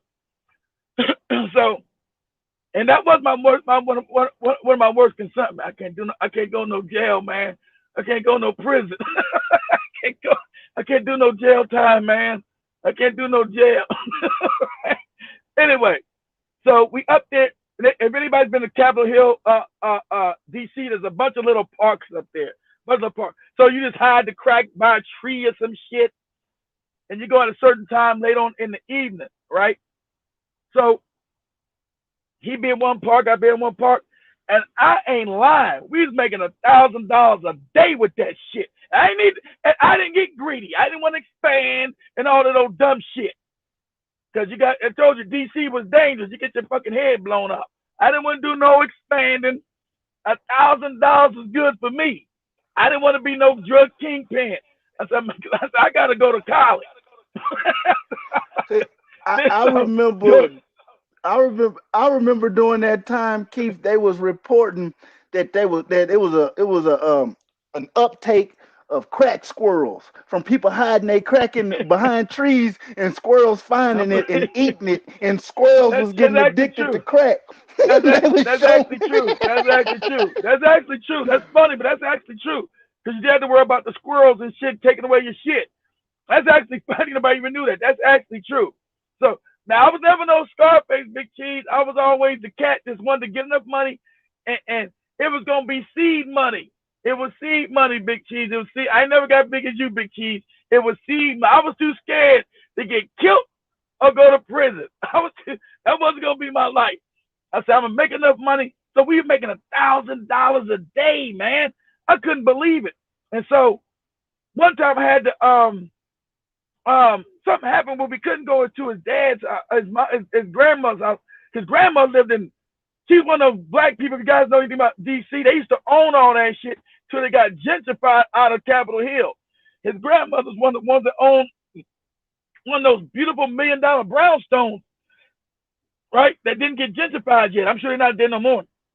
They gentrified all those niggas out of there. But one time we had to do it over at my house. And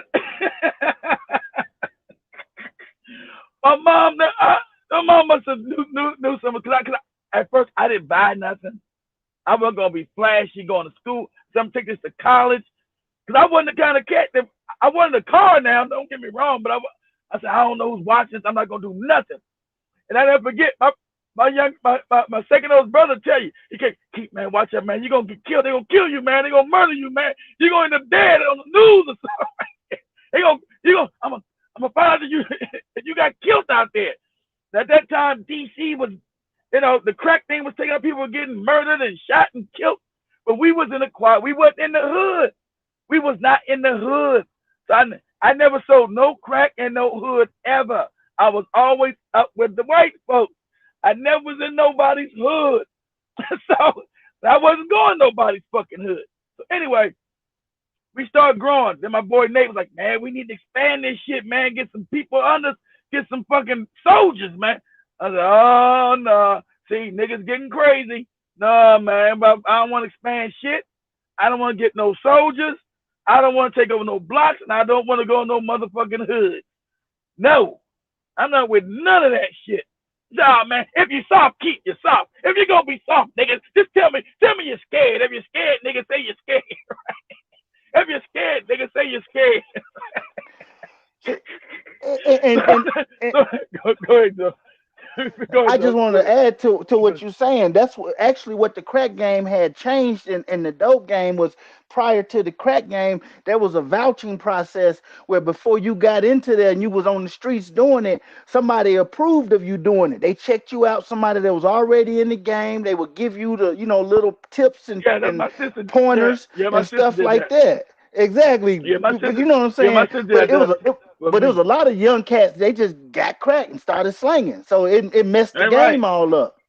Yeah, see, I was already out before all that shit got too crazy, right? If you're scared, nigga, just say you're scared. Scared, just say you're scared, right? Man, I gotta be scared, man. But can we just be we ain't got nowhere to spend all this money, man. So just like the average Negro, this motherfucker buying, what was that shit called back then? MCM? What was those kind of? Yep, making cash money. Making cash money. Yep, making cash money is what it stood for. Motherfucker bought a coat. I bought a coat for $1,000. Why would you buy a coat for $1,000? Cause nigga, we got the money. That's fine, nigga. And that's why I start cutting. I never used the word the N-word back then at all. But that's because we got the money, nigga.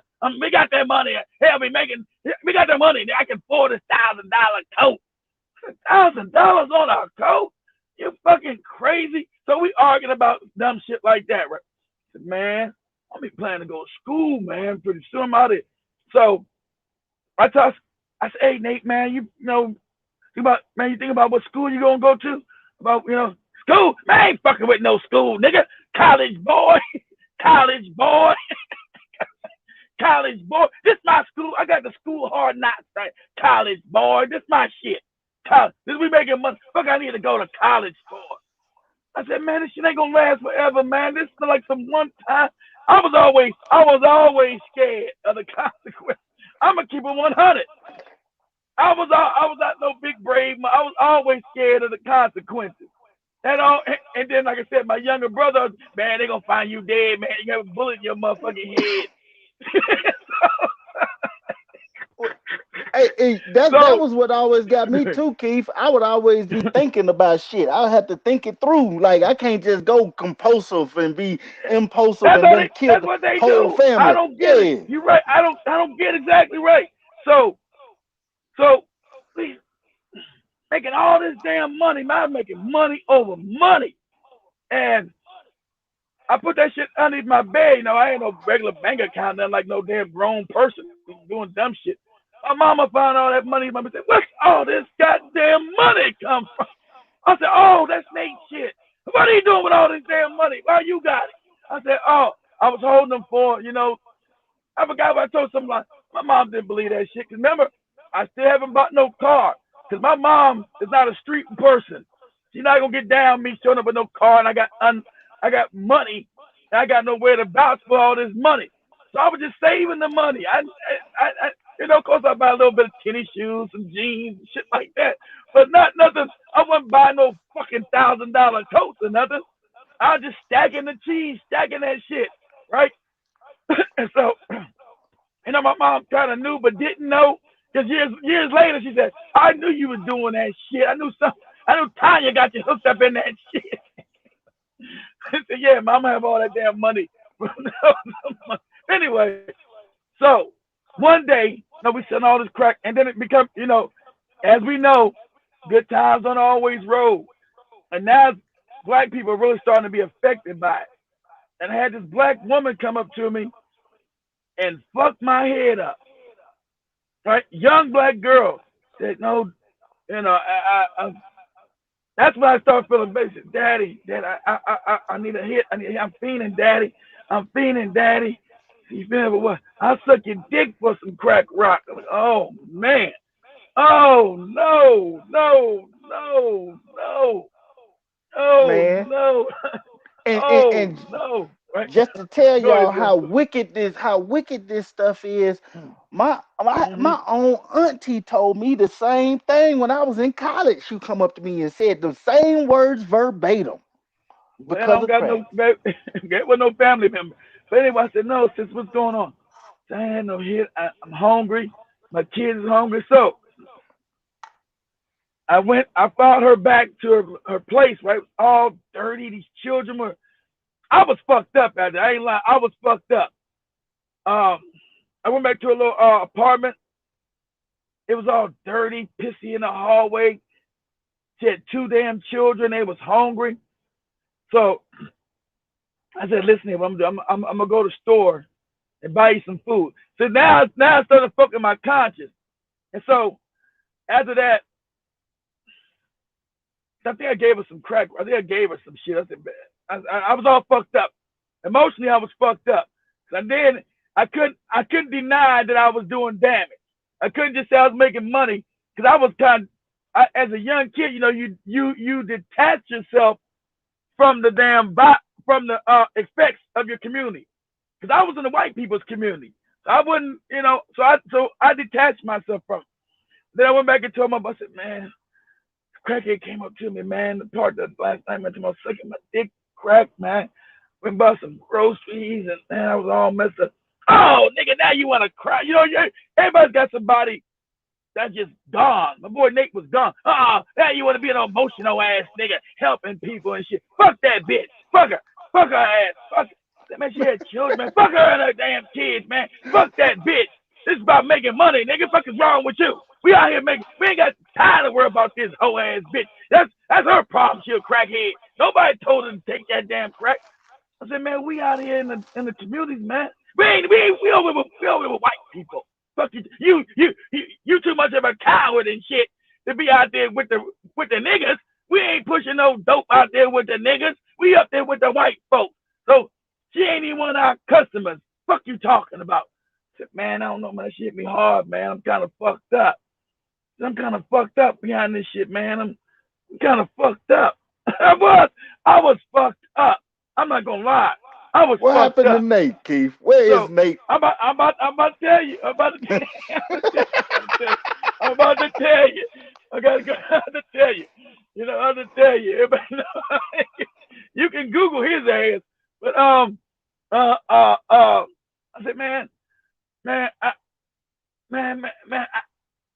I'm fucked up, man. Hey, man, I think I'm gonna do this for a few more months. And I'm gonna sell you the rest of my half.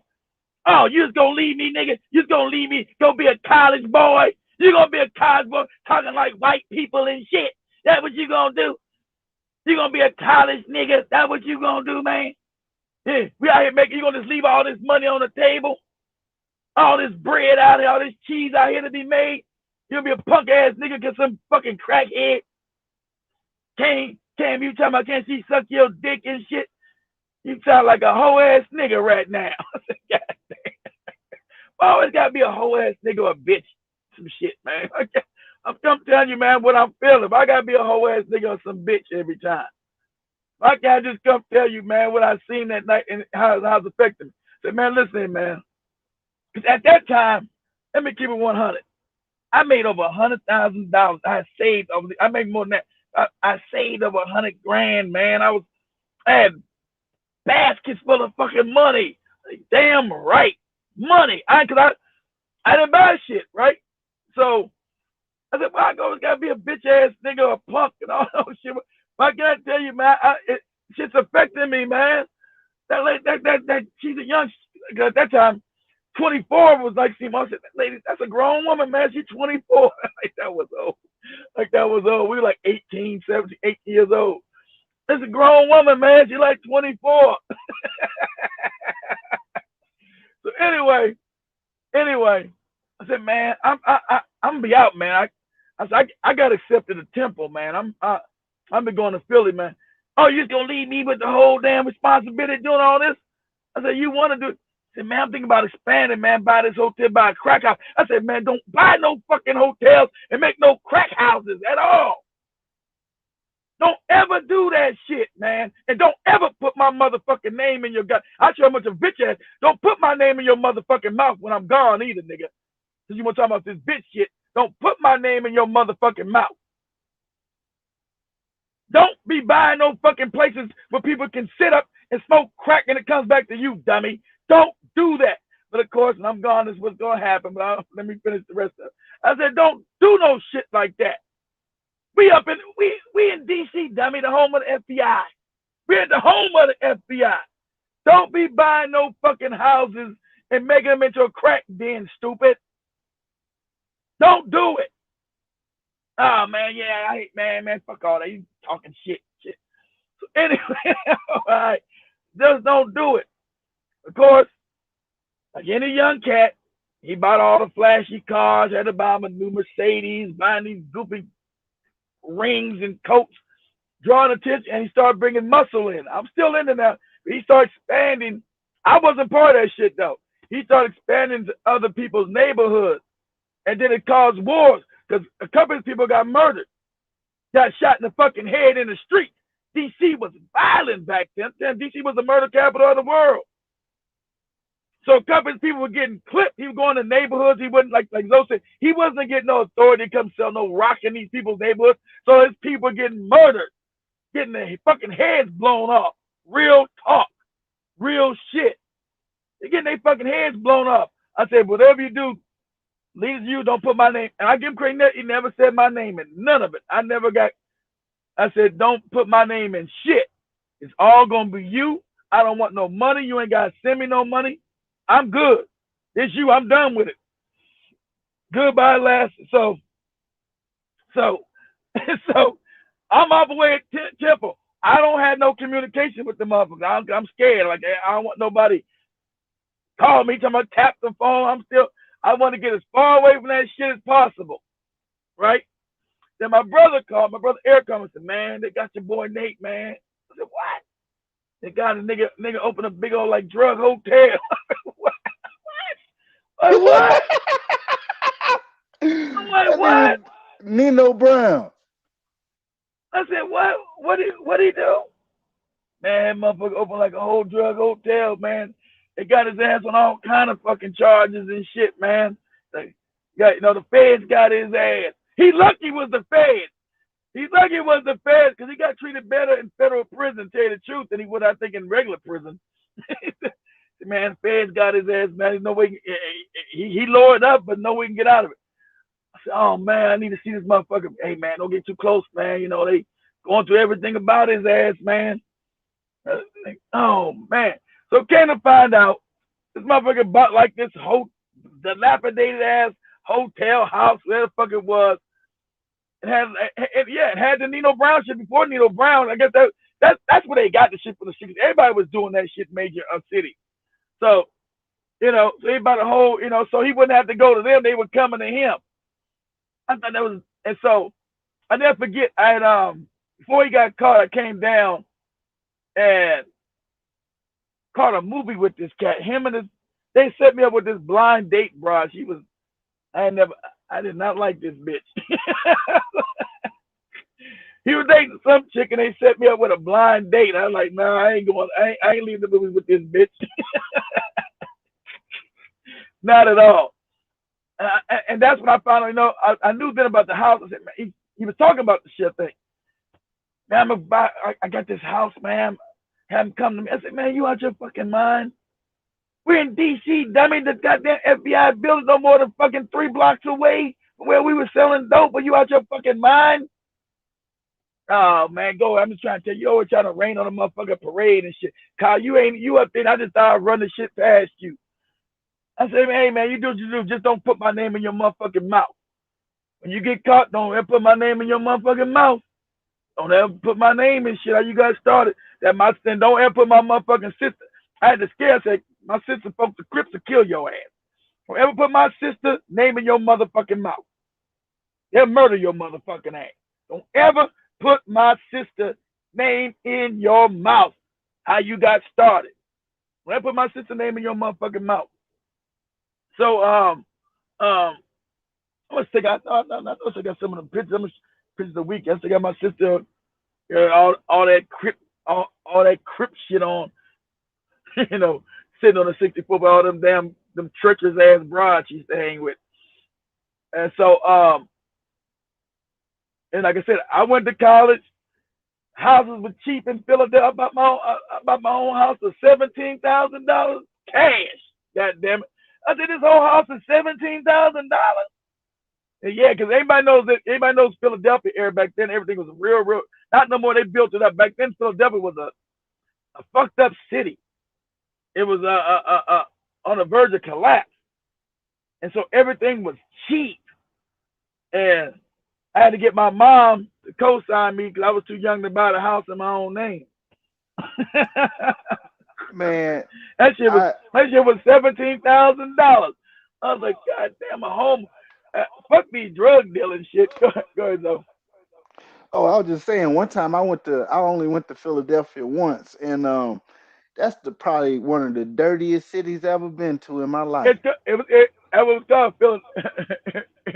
was called what was the nickname? Filthy Delphia. That was the nickname, Philadelphia. That's what it's called. It's filthy. But it's cleaned up now. They didn't clean it up now. It's not as bad as it used to be. It's called Philadelphia. But I didn't care. I was able to get a home and a nice air down from the college. Shit, all the young girls. I was young. They thought I had money. Shit, I was in there. That little drug thing I did for 2 years. You know, that shit was all right because I had all this money. I was living a good life. That's how white people live. God damn it! I said, damn right. We got a little inheritance. God damn it. Like I said, my brother called me about, I think it's my 3rd year when he got caught. My 3rd year in college. I stopped fucking with him completely. You know what's going to happen. You're not stupid. You know eventually going to get his ass. He's too much of a dummy. He's too flamboyant. Wants to buy all kind of useless toys and shit that's useless shit. And I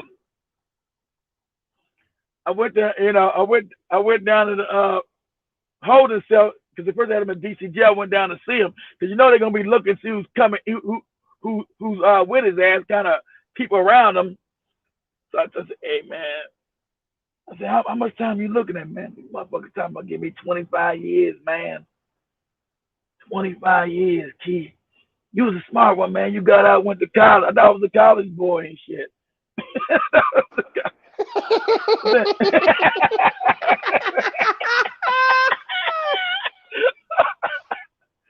They're talking about give me 25 years, man. 25 years, drug trafficking, drug distribution, all this kind of shit, and being a king. At that time, DC had the kingpin law, because then you open a crack house, you automatically became a kingpin. I was like, God damn. I said, these charges are crazy. Kingpin. I said, damn. I said, man, what you gonna do? And I got a lawyer, man. He said, I don't think I can beat it because I think some people had died. People had died. And so I had but he only did, I think he did 10, 12. I think he only did 12. That was 80. That was 90. So I seen him again in 2002 when he got out. He was all fucked up, had no skills, all broke, living in the projects. It's a long way from that. So it's me and my brother. My brother came back from where was he at? Japan? Guam? Where the fuck he was at? I said, man, let's go see Nate, man. He gave me his address. And he went over there, man. I said, it's a long way from being a kingpin now. He was all poor.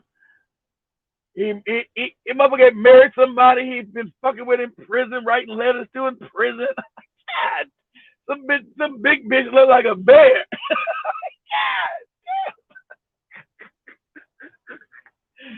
Yeah, some chick he had met while he was in prison. I'm like, what? And he was like some kind of like, just got pretty like delivering packages and shit, all broke and fucked up, no education, no nothing. Man, your life was fucked up, man. you lived good for a few years, and you went to federal prison. You got all these felonies. Now you got to come out. You're living all fucked up. Was it worth it now? Was it actually worth it? He's like, man, this shit's some fucked up shit. I can't get a real job. I said, yeah. Guess not. I'm still that college boy. College boy. He said that shit all mean, all rude. College boy. And fast forward to college boy. So, but I haven't seen. I lost his ass. I tried to look his ass up on Facebook. I can't find that cat. I can't find his ass. Last time I seen him was 2012 when he got out. I went to go visit him. I said, I keep in touch, but we've been away so long, you fall out of contact with cats. And it's kind of, so when Facebook became a thing, I said, let me find this cat. I can't find his ass. Like, damn, I wonder what happened to him. My brother's like, he probably went to jail. His ass his ass dead some fucking way. He wasn't going to stay in that poverty. He wasn't going to stay all fucked up like that, living all fucked up like that. Oh, no, my phone going out. Hold on.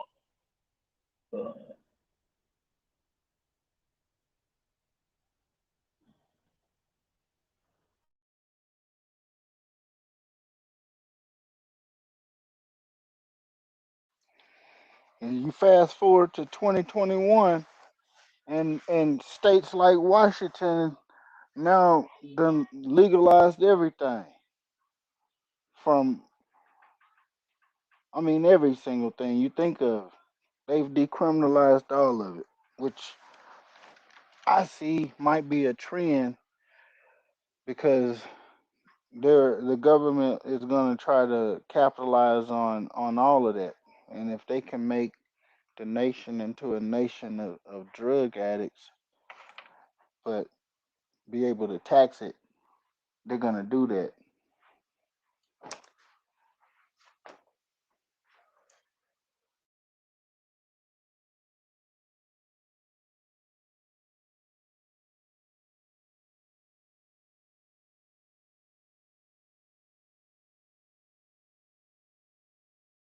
You guys hear me?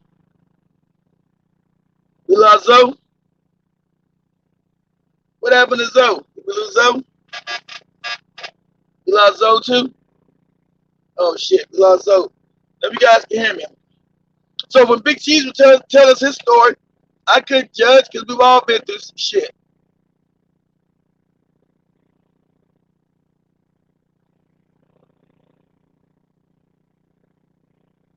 Damn, I lost Zoe. But no one's perfect. We've all been through our own ordeals. But I was young. I can say I was young. Can you guys hear me? I was young. And like any young black kid, you want things. You didn't, I was too young to think about the consequences of people I was hurting. I didn't understand the bigger scheme of things. I was still hurting the community by, selling this poison. I was it was only to that young sister came to me and propositioned me with that foul ass shit. But but nah, I won't bail out on big time gang. All my crack dealing, I've never been in anybody's hood selling no crack. I made all my money on Capitol Hill. You guys remember that commercial when you got that country you as a kid? I'm just a bill on Capitol Hill. I sold all my rock on the hill. I've never been in nobody's neighborhood at all. Ever. So that part of the game I know nothing about. I stayed on the hill Stay in the park on Capitol Hill selling it to white folk.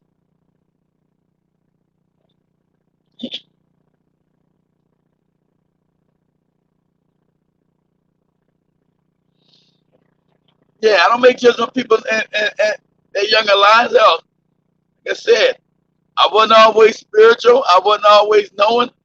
I've done my dirt like everyone else. I can be honest about it.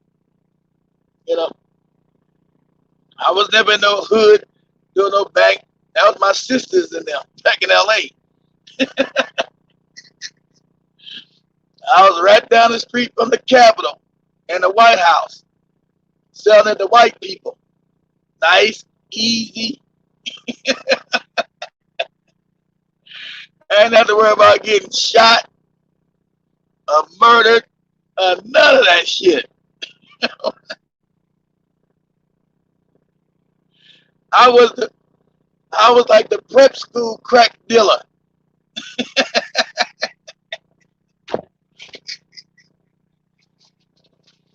You know, I sold my crack with a cardigan sweater and some slacks. You guys remember them Cosby sweaters? That's about them Cosby sweaters and some slacks and some loafers. That was my drug look, like a regular geek. I was on Capitol Hill. So I had them Cosby sweaters, some loafers, and some slacks. That was my look, Jack. So I wouldn't draw no attention. It wasn't a criminal mind. It wasn't a criminal.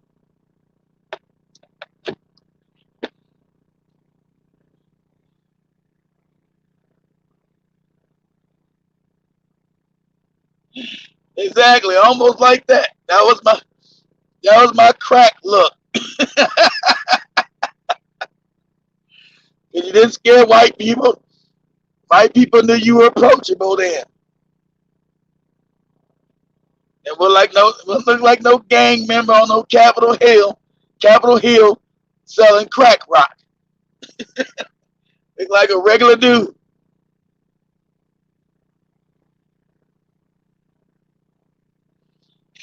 White Jesus, yeah. I never became as big as Big Cheese. Nah, I was small time. I only wanted to stay small time. I didn't want to draw no attention at all. All I knew, I didn't want to end up dead or in nobody's damn prison.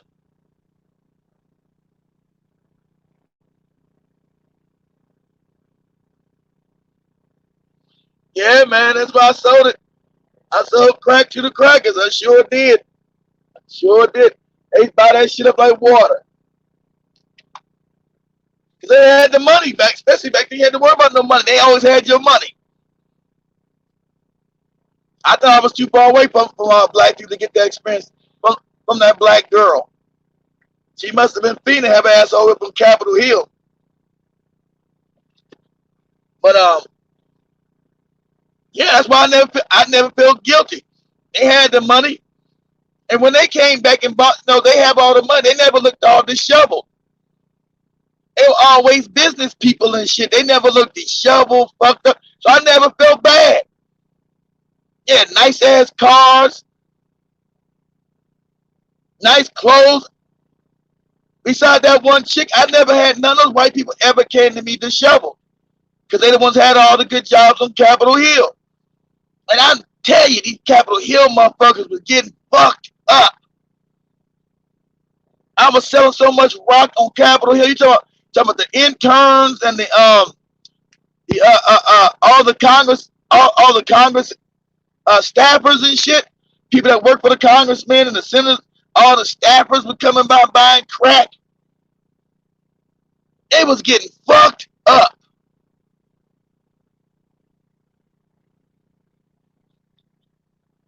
Caught to the crack dealer. That's about right.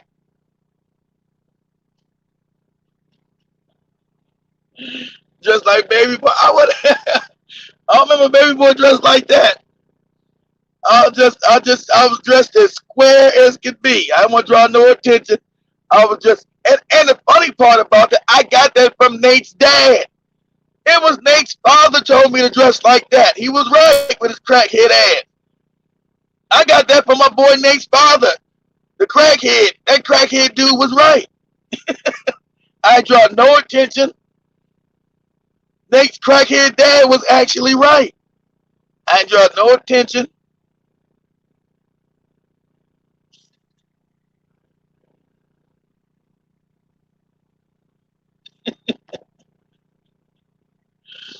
I wasn't even going to the bank with that shit, G man. I put that shit in a shoebox. I made so much damn money. I couldn't believe this shit. I said this shit, but I said this shit ain't gonna last. This shit can't last. No, this shit's incredible. And I never dealt with the hood aspect of what was happening in the neighborhoods. I was far away from them. I was up on Capitol Hill, because like I said, his grandmother owned one of those original brownstones that black people used to own near Capitol Hill. So that made it convenient. We were right there, right? We cook up the rock and go outside, walk maybe half a mile. He pick one park, I pick another park. Shit. Come back with money like a motherfucker. Like, God damn. Fuck working at Taco Bell and Burger King. Fuck that. I only said it because my mom said, you gonna get a summer job at Burger King? Yeah, I get a summer job at Burger King, all right. Shit. Fuck a Burger King.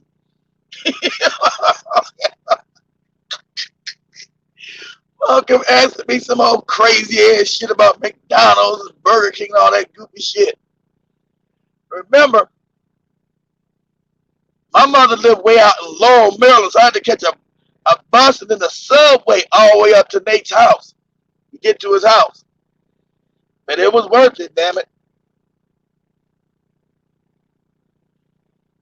Hey, all right. I never went to no jail. I passed. So like I said, somebody does an expose and finds all that shit about me. Look at Keith. Look at this shit he told you, his spiritual ass. He was back in the day selling crack, Rob. I've already told the story. You can't get me for nothing.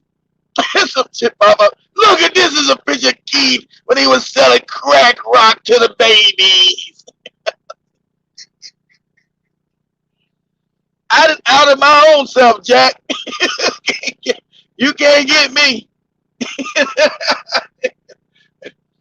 Back in the day, he was out there selling crack to the babies in the hood. It was no good ass.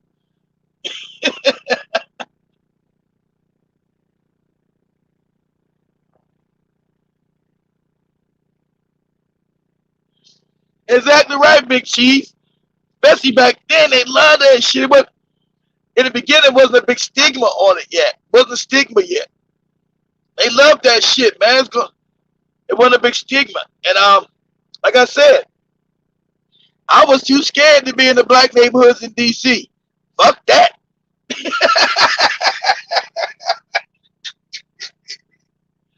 I'm going to keep it all the way 100. I was too scared to be in the D.C. neighborhoods. Shit, selling crack. What? Get robbed, shot. No. Nope. No way.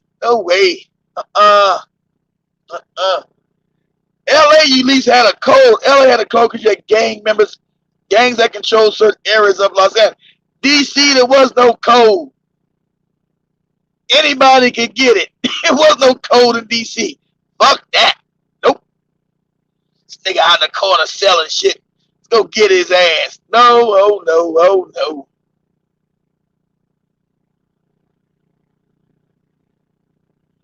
Oh no.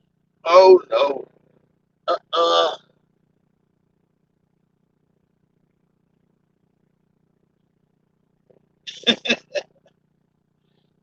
Yeah, they probably making money left over right selling that mess shit. That's why you can't never make me shame nobody who did some underground shit. Sometimes you do what you do. You know, people might say, yeah, I'm from a middle class background. So what? Middle class means middle class, don't mean rich. I needed shit. I needed car. I needed shit. That's how I paid for college. My parents had to spend no money on college. I paid for my own college. I'm good. I do worry about getting accepted.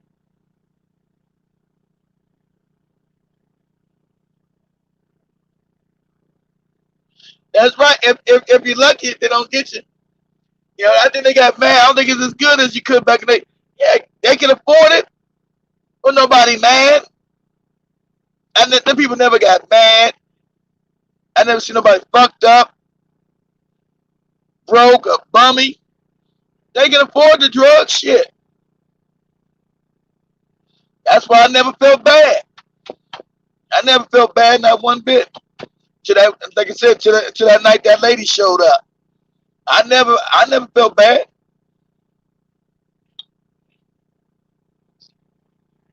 I just always thought, so I said, man, eventually some other cats from the streets are gonna come here and knows this is easy area, and they gonna start.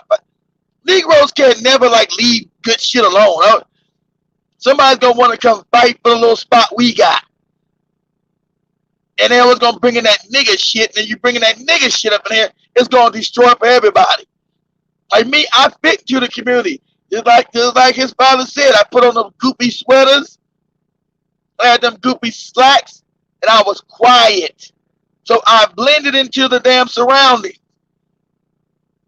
But as soon as Negroes are found out we was making that kind of money up there, they gonna come fuck it all up, and it's gonna be shut down anyway. They'll come all up there with that nigga shit, with that rap shit, and the fucked up clothes, loud ass shit. Right there up around them white people, around that white neighborhood, they were gonna shut all that shit down.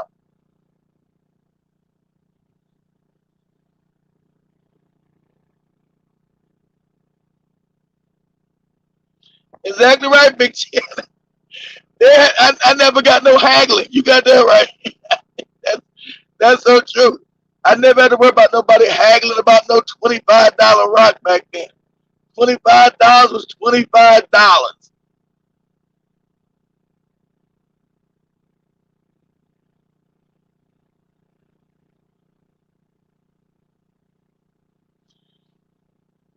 And nothing but mess.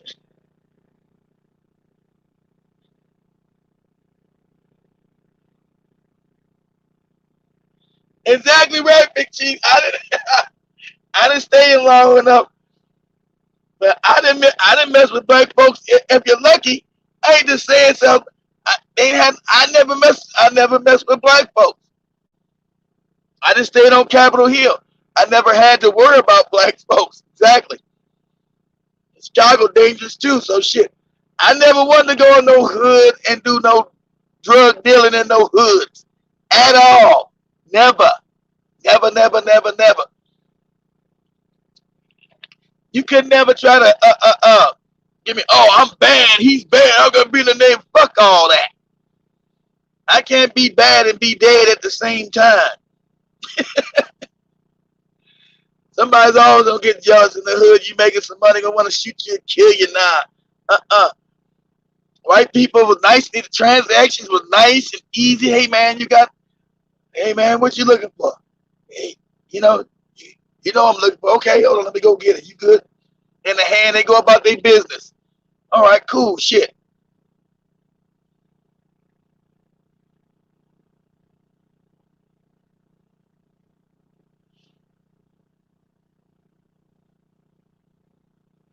I did 3 years. Oh, you did 3 years for selling. What for selling meth?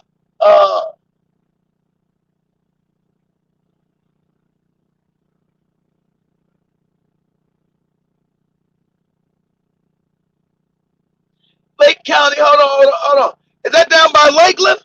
What else Lake County at? Is Lake County? I know now. Lakeland's Polk County. What else Lake County at? Precise? Lake County. What else? I know mostly all the counties in Florida. What else Lake County? Lake County. Is that Panama City? What else Lake County? Ain't that down by Panama City somewhere? Or Fort Walton Beach? Lake County.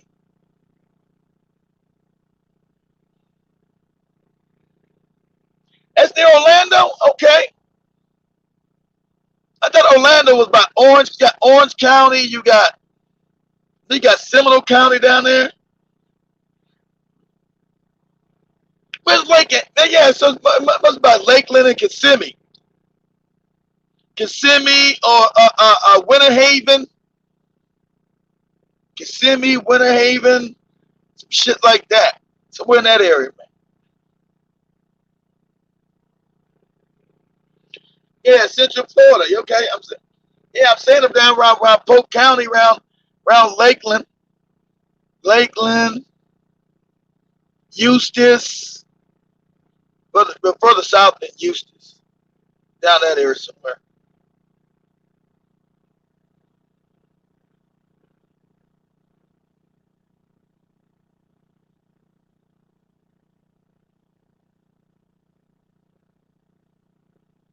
Okay, yeah, Bay County is Panama City. I knew it was Lake Bay something. Yeah, okay, yeah. You're right, Stacy. That's right.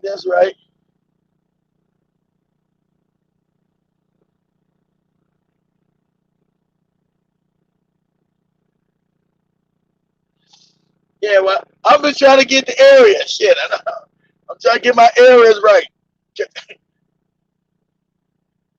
Yeah, Stacy's got me with Panama City being Bay County.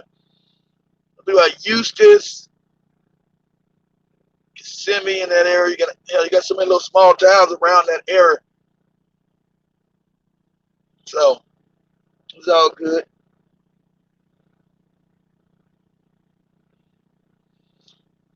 To get my ass out of here so I can come back. So I can come back on tonight. I can come back on tonight.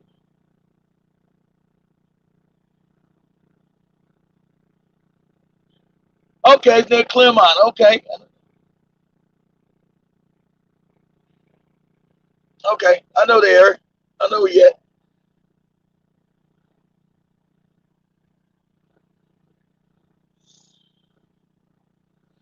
Are you up there somewhere on 17? Yeah, Clemont's up there by US 17, ain't it? Ain't that north? It's up there on 17 or was that 92? What is that? What highway is that? I forgot what highway that is.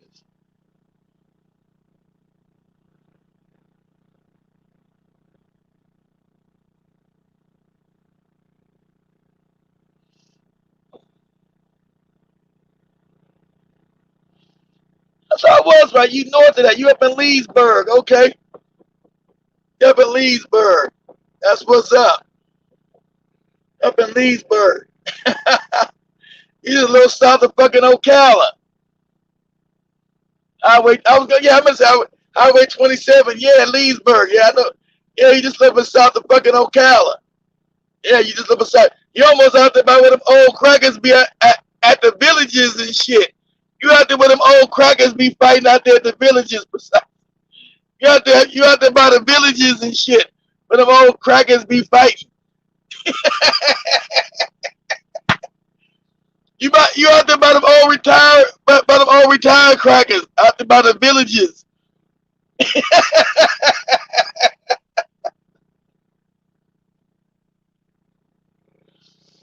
Yeah, a little south of Ocala right there where the villages be at and shit.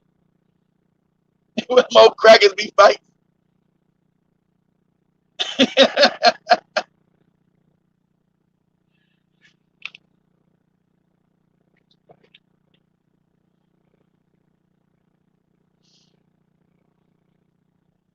That's what's up.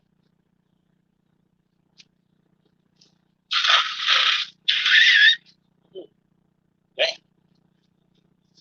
Now let me get off here so I can't come back on Axie tonight. Hey, what should we talk about tonight then? We didn't talk about. I don't even know what this damn show was about. I went all on my crack. escapades. I went on my crack escapades. My early youth crack exploits. You know, I was laughing. I always laugh. Years later, I told my mom about it. She said she knew. That money came from somewhere. I said, yeah, I sure didn't get no job at no Burger King, he told me. But, you know, sad enough, we should be set up like that in our whole life as well. Just like white folks, we should be set up like that in our children. So with that, family, say much love. Everybody, I'm going to wrap this up. Come back on later on the night. Because I'm not sleepy today. So I'll come back on later tonight and see everybody later tonight. Everybody's comments. Let me see. Any? Nah, no news on Magafuli. I haven't got no news on Magafuli yet. Have you? Have you got any news? I haven't got no news. Oh, shit. I haven't got no news on Magafuli. Mumpy.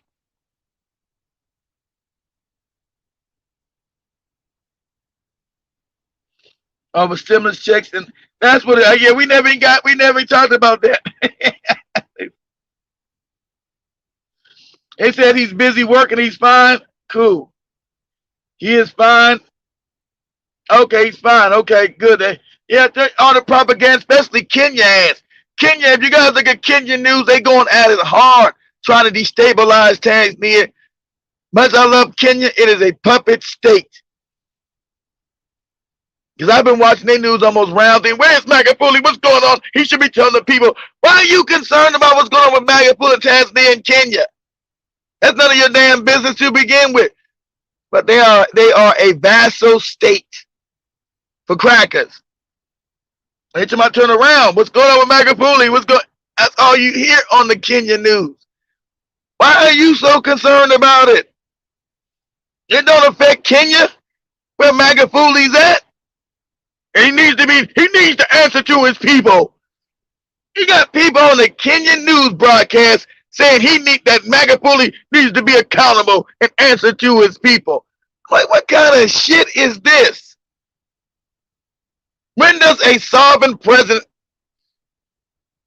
have to answer to somebody in fucking Kenya? Shit's crazy.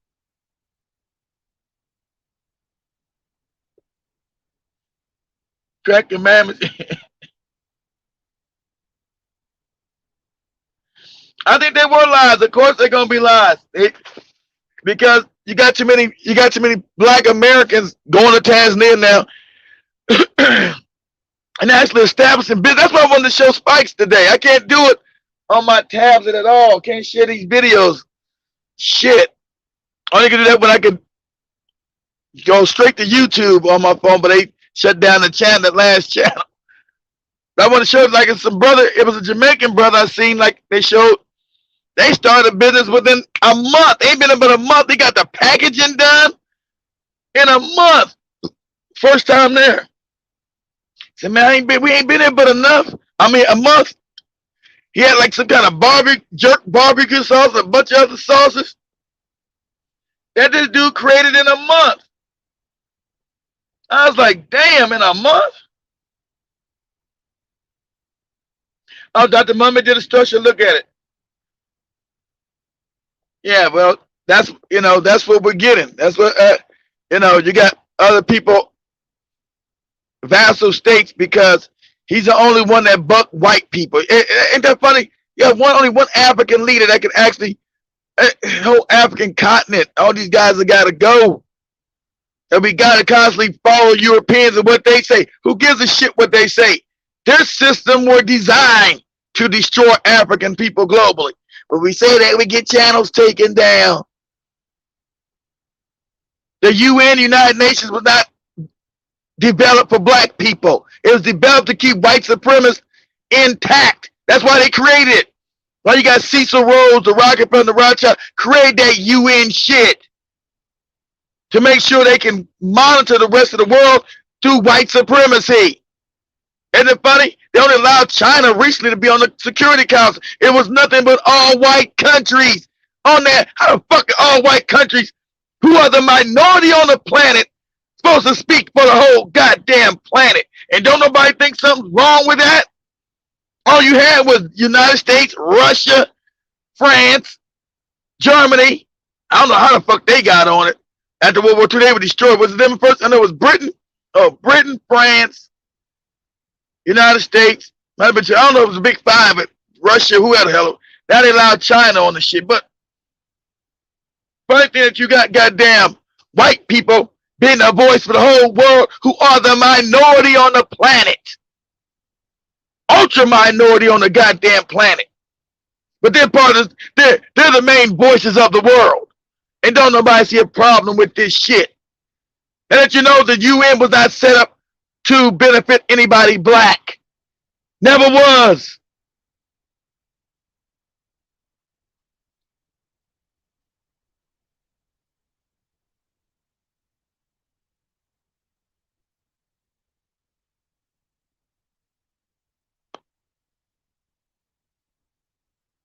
You know, I think what about Michael Foley's not doing what the UN or the WHO. WHO, another white controlled organization that started goddamn genocide on African people. Oh, we can't say the truth because they own this shit.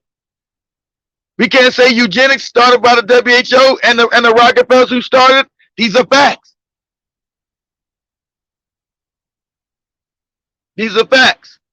You know what I'm saying?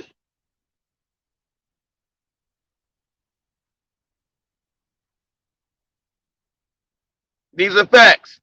So we got to keep saying the same old idiotic nonsense over and over again. What do white people feel? Gives a fuck what they feel. Gives a shit what they feel when it concerns African people. Who cares? They never done nothing that didn't benefit themselves over us. Talking about what does the WHO feel? What? That was started by the white supremacists? Started the eugenics program to destroy black people? Gives a shit.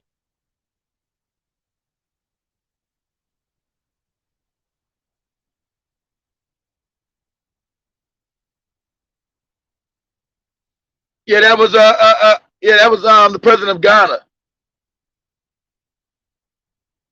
Yeah, peacekeepers. And it's funny, they were peacekeepers when back in Rwanda, allowing all them people get murdered in Rwanda when they the ones started the genocide 100 years prior to that by telling the Tutsis and Tutsis. There wasn't even such thing as a Hutsi and Tutsi. They created those fake tribes, the Belgium. Belgium separated African people, then pit one against the other, because that's how they can steal, divide and conquer, right? Made two fake phony tribes up, had them fighting one another. So when the white people supposedly pulled out, the Hutus went after the Tutsis because the Europeans, for all those years, told the Hutus that the Tutsis were better than them, even though they created both these systems. He's a Tutsi, he's a Hutu. So the Hutus, before the main genocide, were already genociding those Tutsi people. That wasn't the first genocide. I want you guys to know that. That was the main one that that created the majority of genocide. That was over 1 million people. But the Hutus had been genociding the Tutsis since the Belgians left. It'd be 55,000 one year, 25,000 another year, 30,000 another year. Because their minds remain fucked up by the enemy.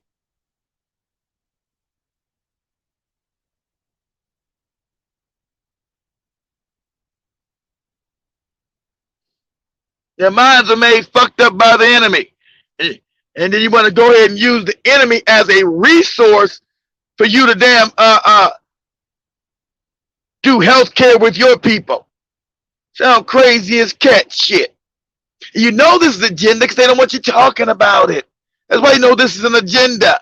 And people are crazy. Let them talk crazy then. But no, because it's agenda. You must push your narrative out there. You're trying to stop the voices of especially African people that are waking up.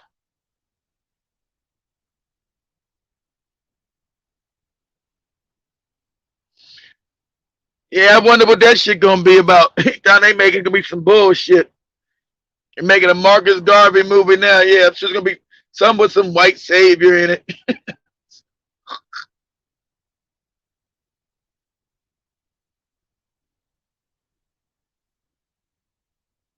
And get that vaccine. Yeah, they do what they want to do. Ask Marvin Hagler how to work out for him, Nish. ask Marvin Hagler how that thing worked out for him. Wish they wouldn't have mums the word. If he had COVID, they would have told you, oh, Marvin is in, he's got COVID. He's got COVID, he died of COVID, he died of COVID. Can't say he died of COVID because he didn't have it. But you don't want to say he died of the vaccine because that makes you look liable. That makes you look liable. How's a perfectly healthy man going to the hospital, get a shot, and now he's dead? But you tell us not to make a coalition, right? I mean correlation, my fuck coalition. Make a correlation between the shot and now him taking a dirt nap. Oh, you wrong, you Negroes you don't make no correlation between him getting a shot and taking a dirt nap. That's a leap of faith. It hasn't been scientifically proven. It has been proven in my damn mind.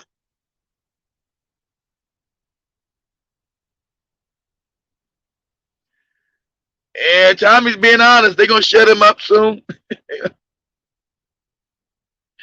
They're gonna shut him up soon. Besides him being honest, they're gonna shut him up soon. He too stupid not to know, not to say nothing. Tommy, hey, shut up, man. We fuck up your endorsement. Get endorsements. You shut your damn mouth. Shh, be quiet. We know you probably heard for money. We give you an endorsement if you shut your mouth about this vaccination. Let me get my ass out of there. I'm gonna come back on late on night, family. Say much love to everybody. I think MAGA Fooley's all right. Trying to push this narrative nonsense. As I told you, your future's in Africa's building. Don't let no one rob you of your future. In America, you don't have the chance to build like this anymore. You just don't. So you go where pastures are greener. And it happens to be in Africa. That's just a fact. Don't let nobody scare you off your birthright. Because you're talking about you keep fighting here, but you can't fight without a standing army. White people are not going to give you no resources because we putting on damn goofy shows. All right? Take the little money that you have and go invest in Africa in yourself. And really investing in yourself. And you build a legacy for your family because right now you're lucky enough that your dollar is worth more in Africa. Take your dollar. Don't let it work for you in Africa where things are cheaper. And you don't have the same regulations and people trying to sabotage you the way you got here.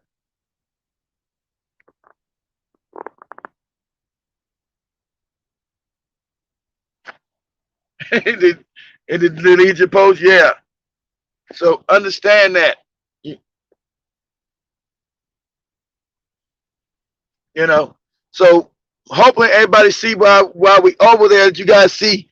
I just got to get Nish and them how to turn the damn camera landscapes. Like nobody knows how to turn the damn. Get them a selfie stick or something. Turn the damn phone landscape. Damn it! Not straight up and down. Not horizontal. I mean not vertical. Turn it horizontal. Turn it sideways. Turn it landscape, damn it. Not up and down. Landscape. People work the damn phone. Landscape. And so have them live streaming everything. So wherever they at, have them live streaming, talking to people. You want to make connections with people. You want to network.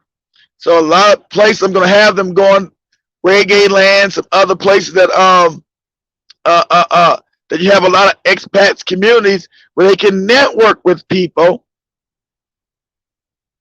So if you do want to, I know Golden Heart's talking about moving over there, not even coming back, but you can network with people, try to get an easy residency visa, how to get an apartment or a house, whatever you prefer, and how to set up shop.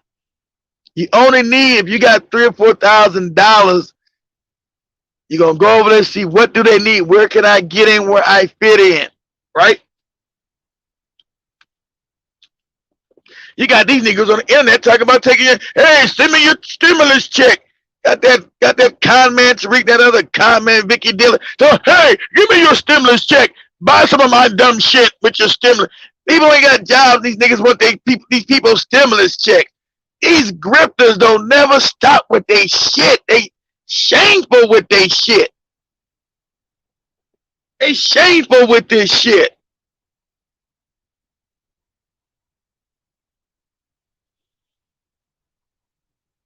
So understand, you're gonna have if you can save this stimulus check, you save it. Put it in your pocket. You save the check, and the little checks you're gonna get.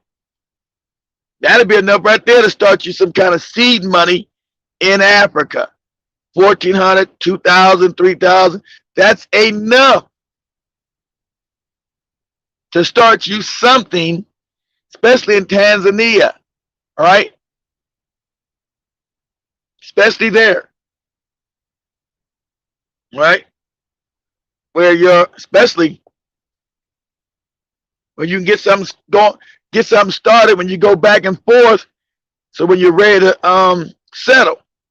People ask, Keita, you settle in Tanzania? You motherfucking right. That's where I'm gonna be. I'm be going back and forth to Kenya and Tanzania. I'm gonna be back in America. Yeah, I'm still got my thing in America, but am I gonna build in Tanzania? You motherfucking right. I'm not gonna tell you to do it. I'm not doing it. I'm not gonna tell you to do it. I'm not doing it. That's where the hell I'm gonna be. That's where I'm retiring at. Gonna be Tanzania. So I never want to even tell nobody that. But yeah, that's where I'll be. In a not too distant future. That's where I'll be. In paradise, taking it easy. Shit. Set up some kind of bootleg business I'll be having out there, something. Putting the soles back on people's shoes or some shit. I don't know. Come here and let me fix your soul, brother. And the shop is called Soul Brothers. Let me fix your soul on your shoe, brother. So come in the Soul Brothers where we fix your fucked up soles on your shoes, brother. You know, whatever.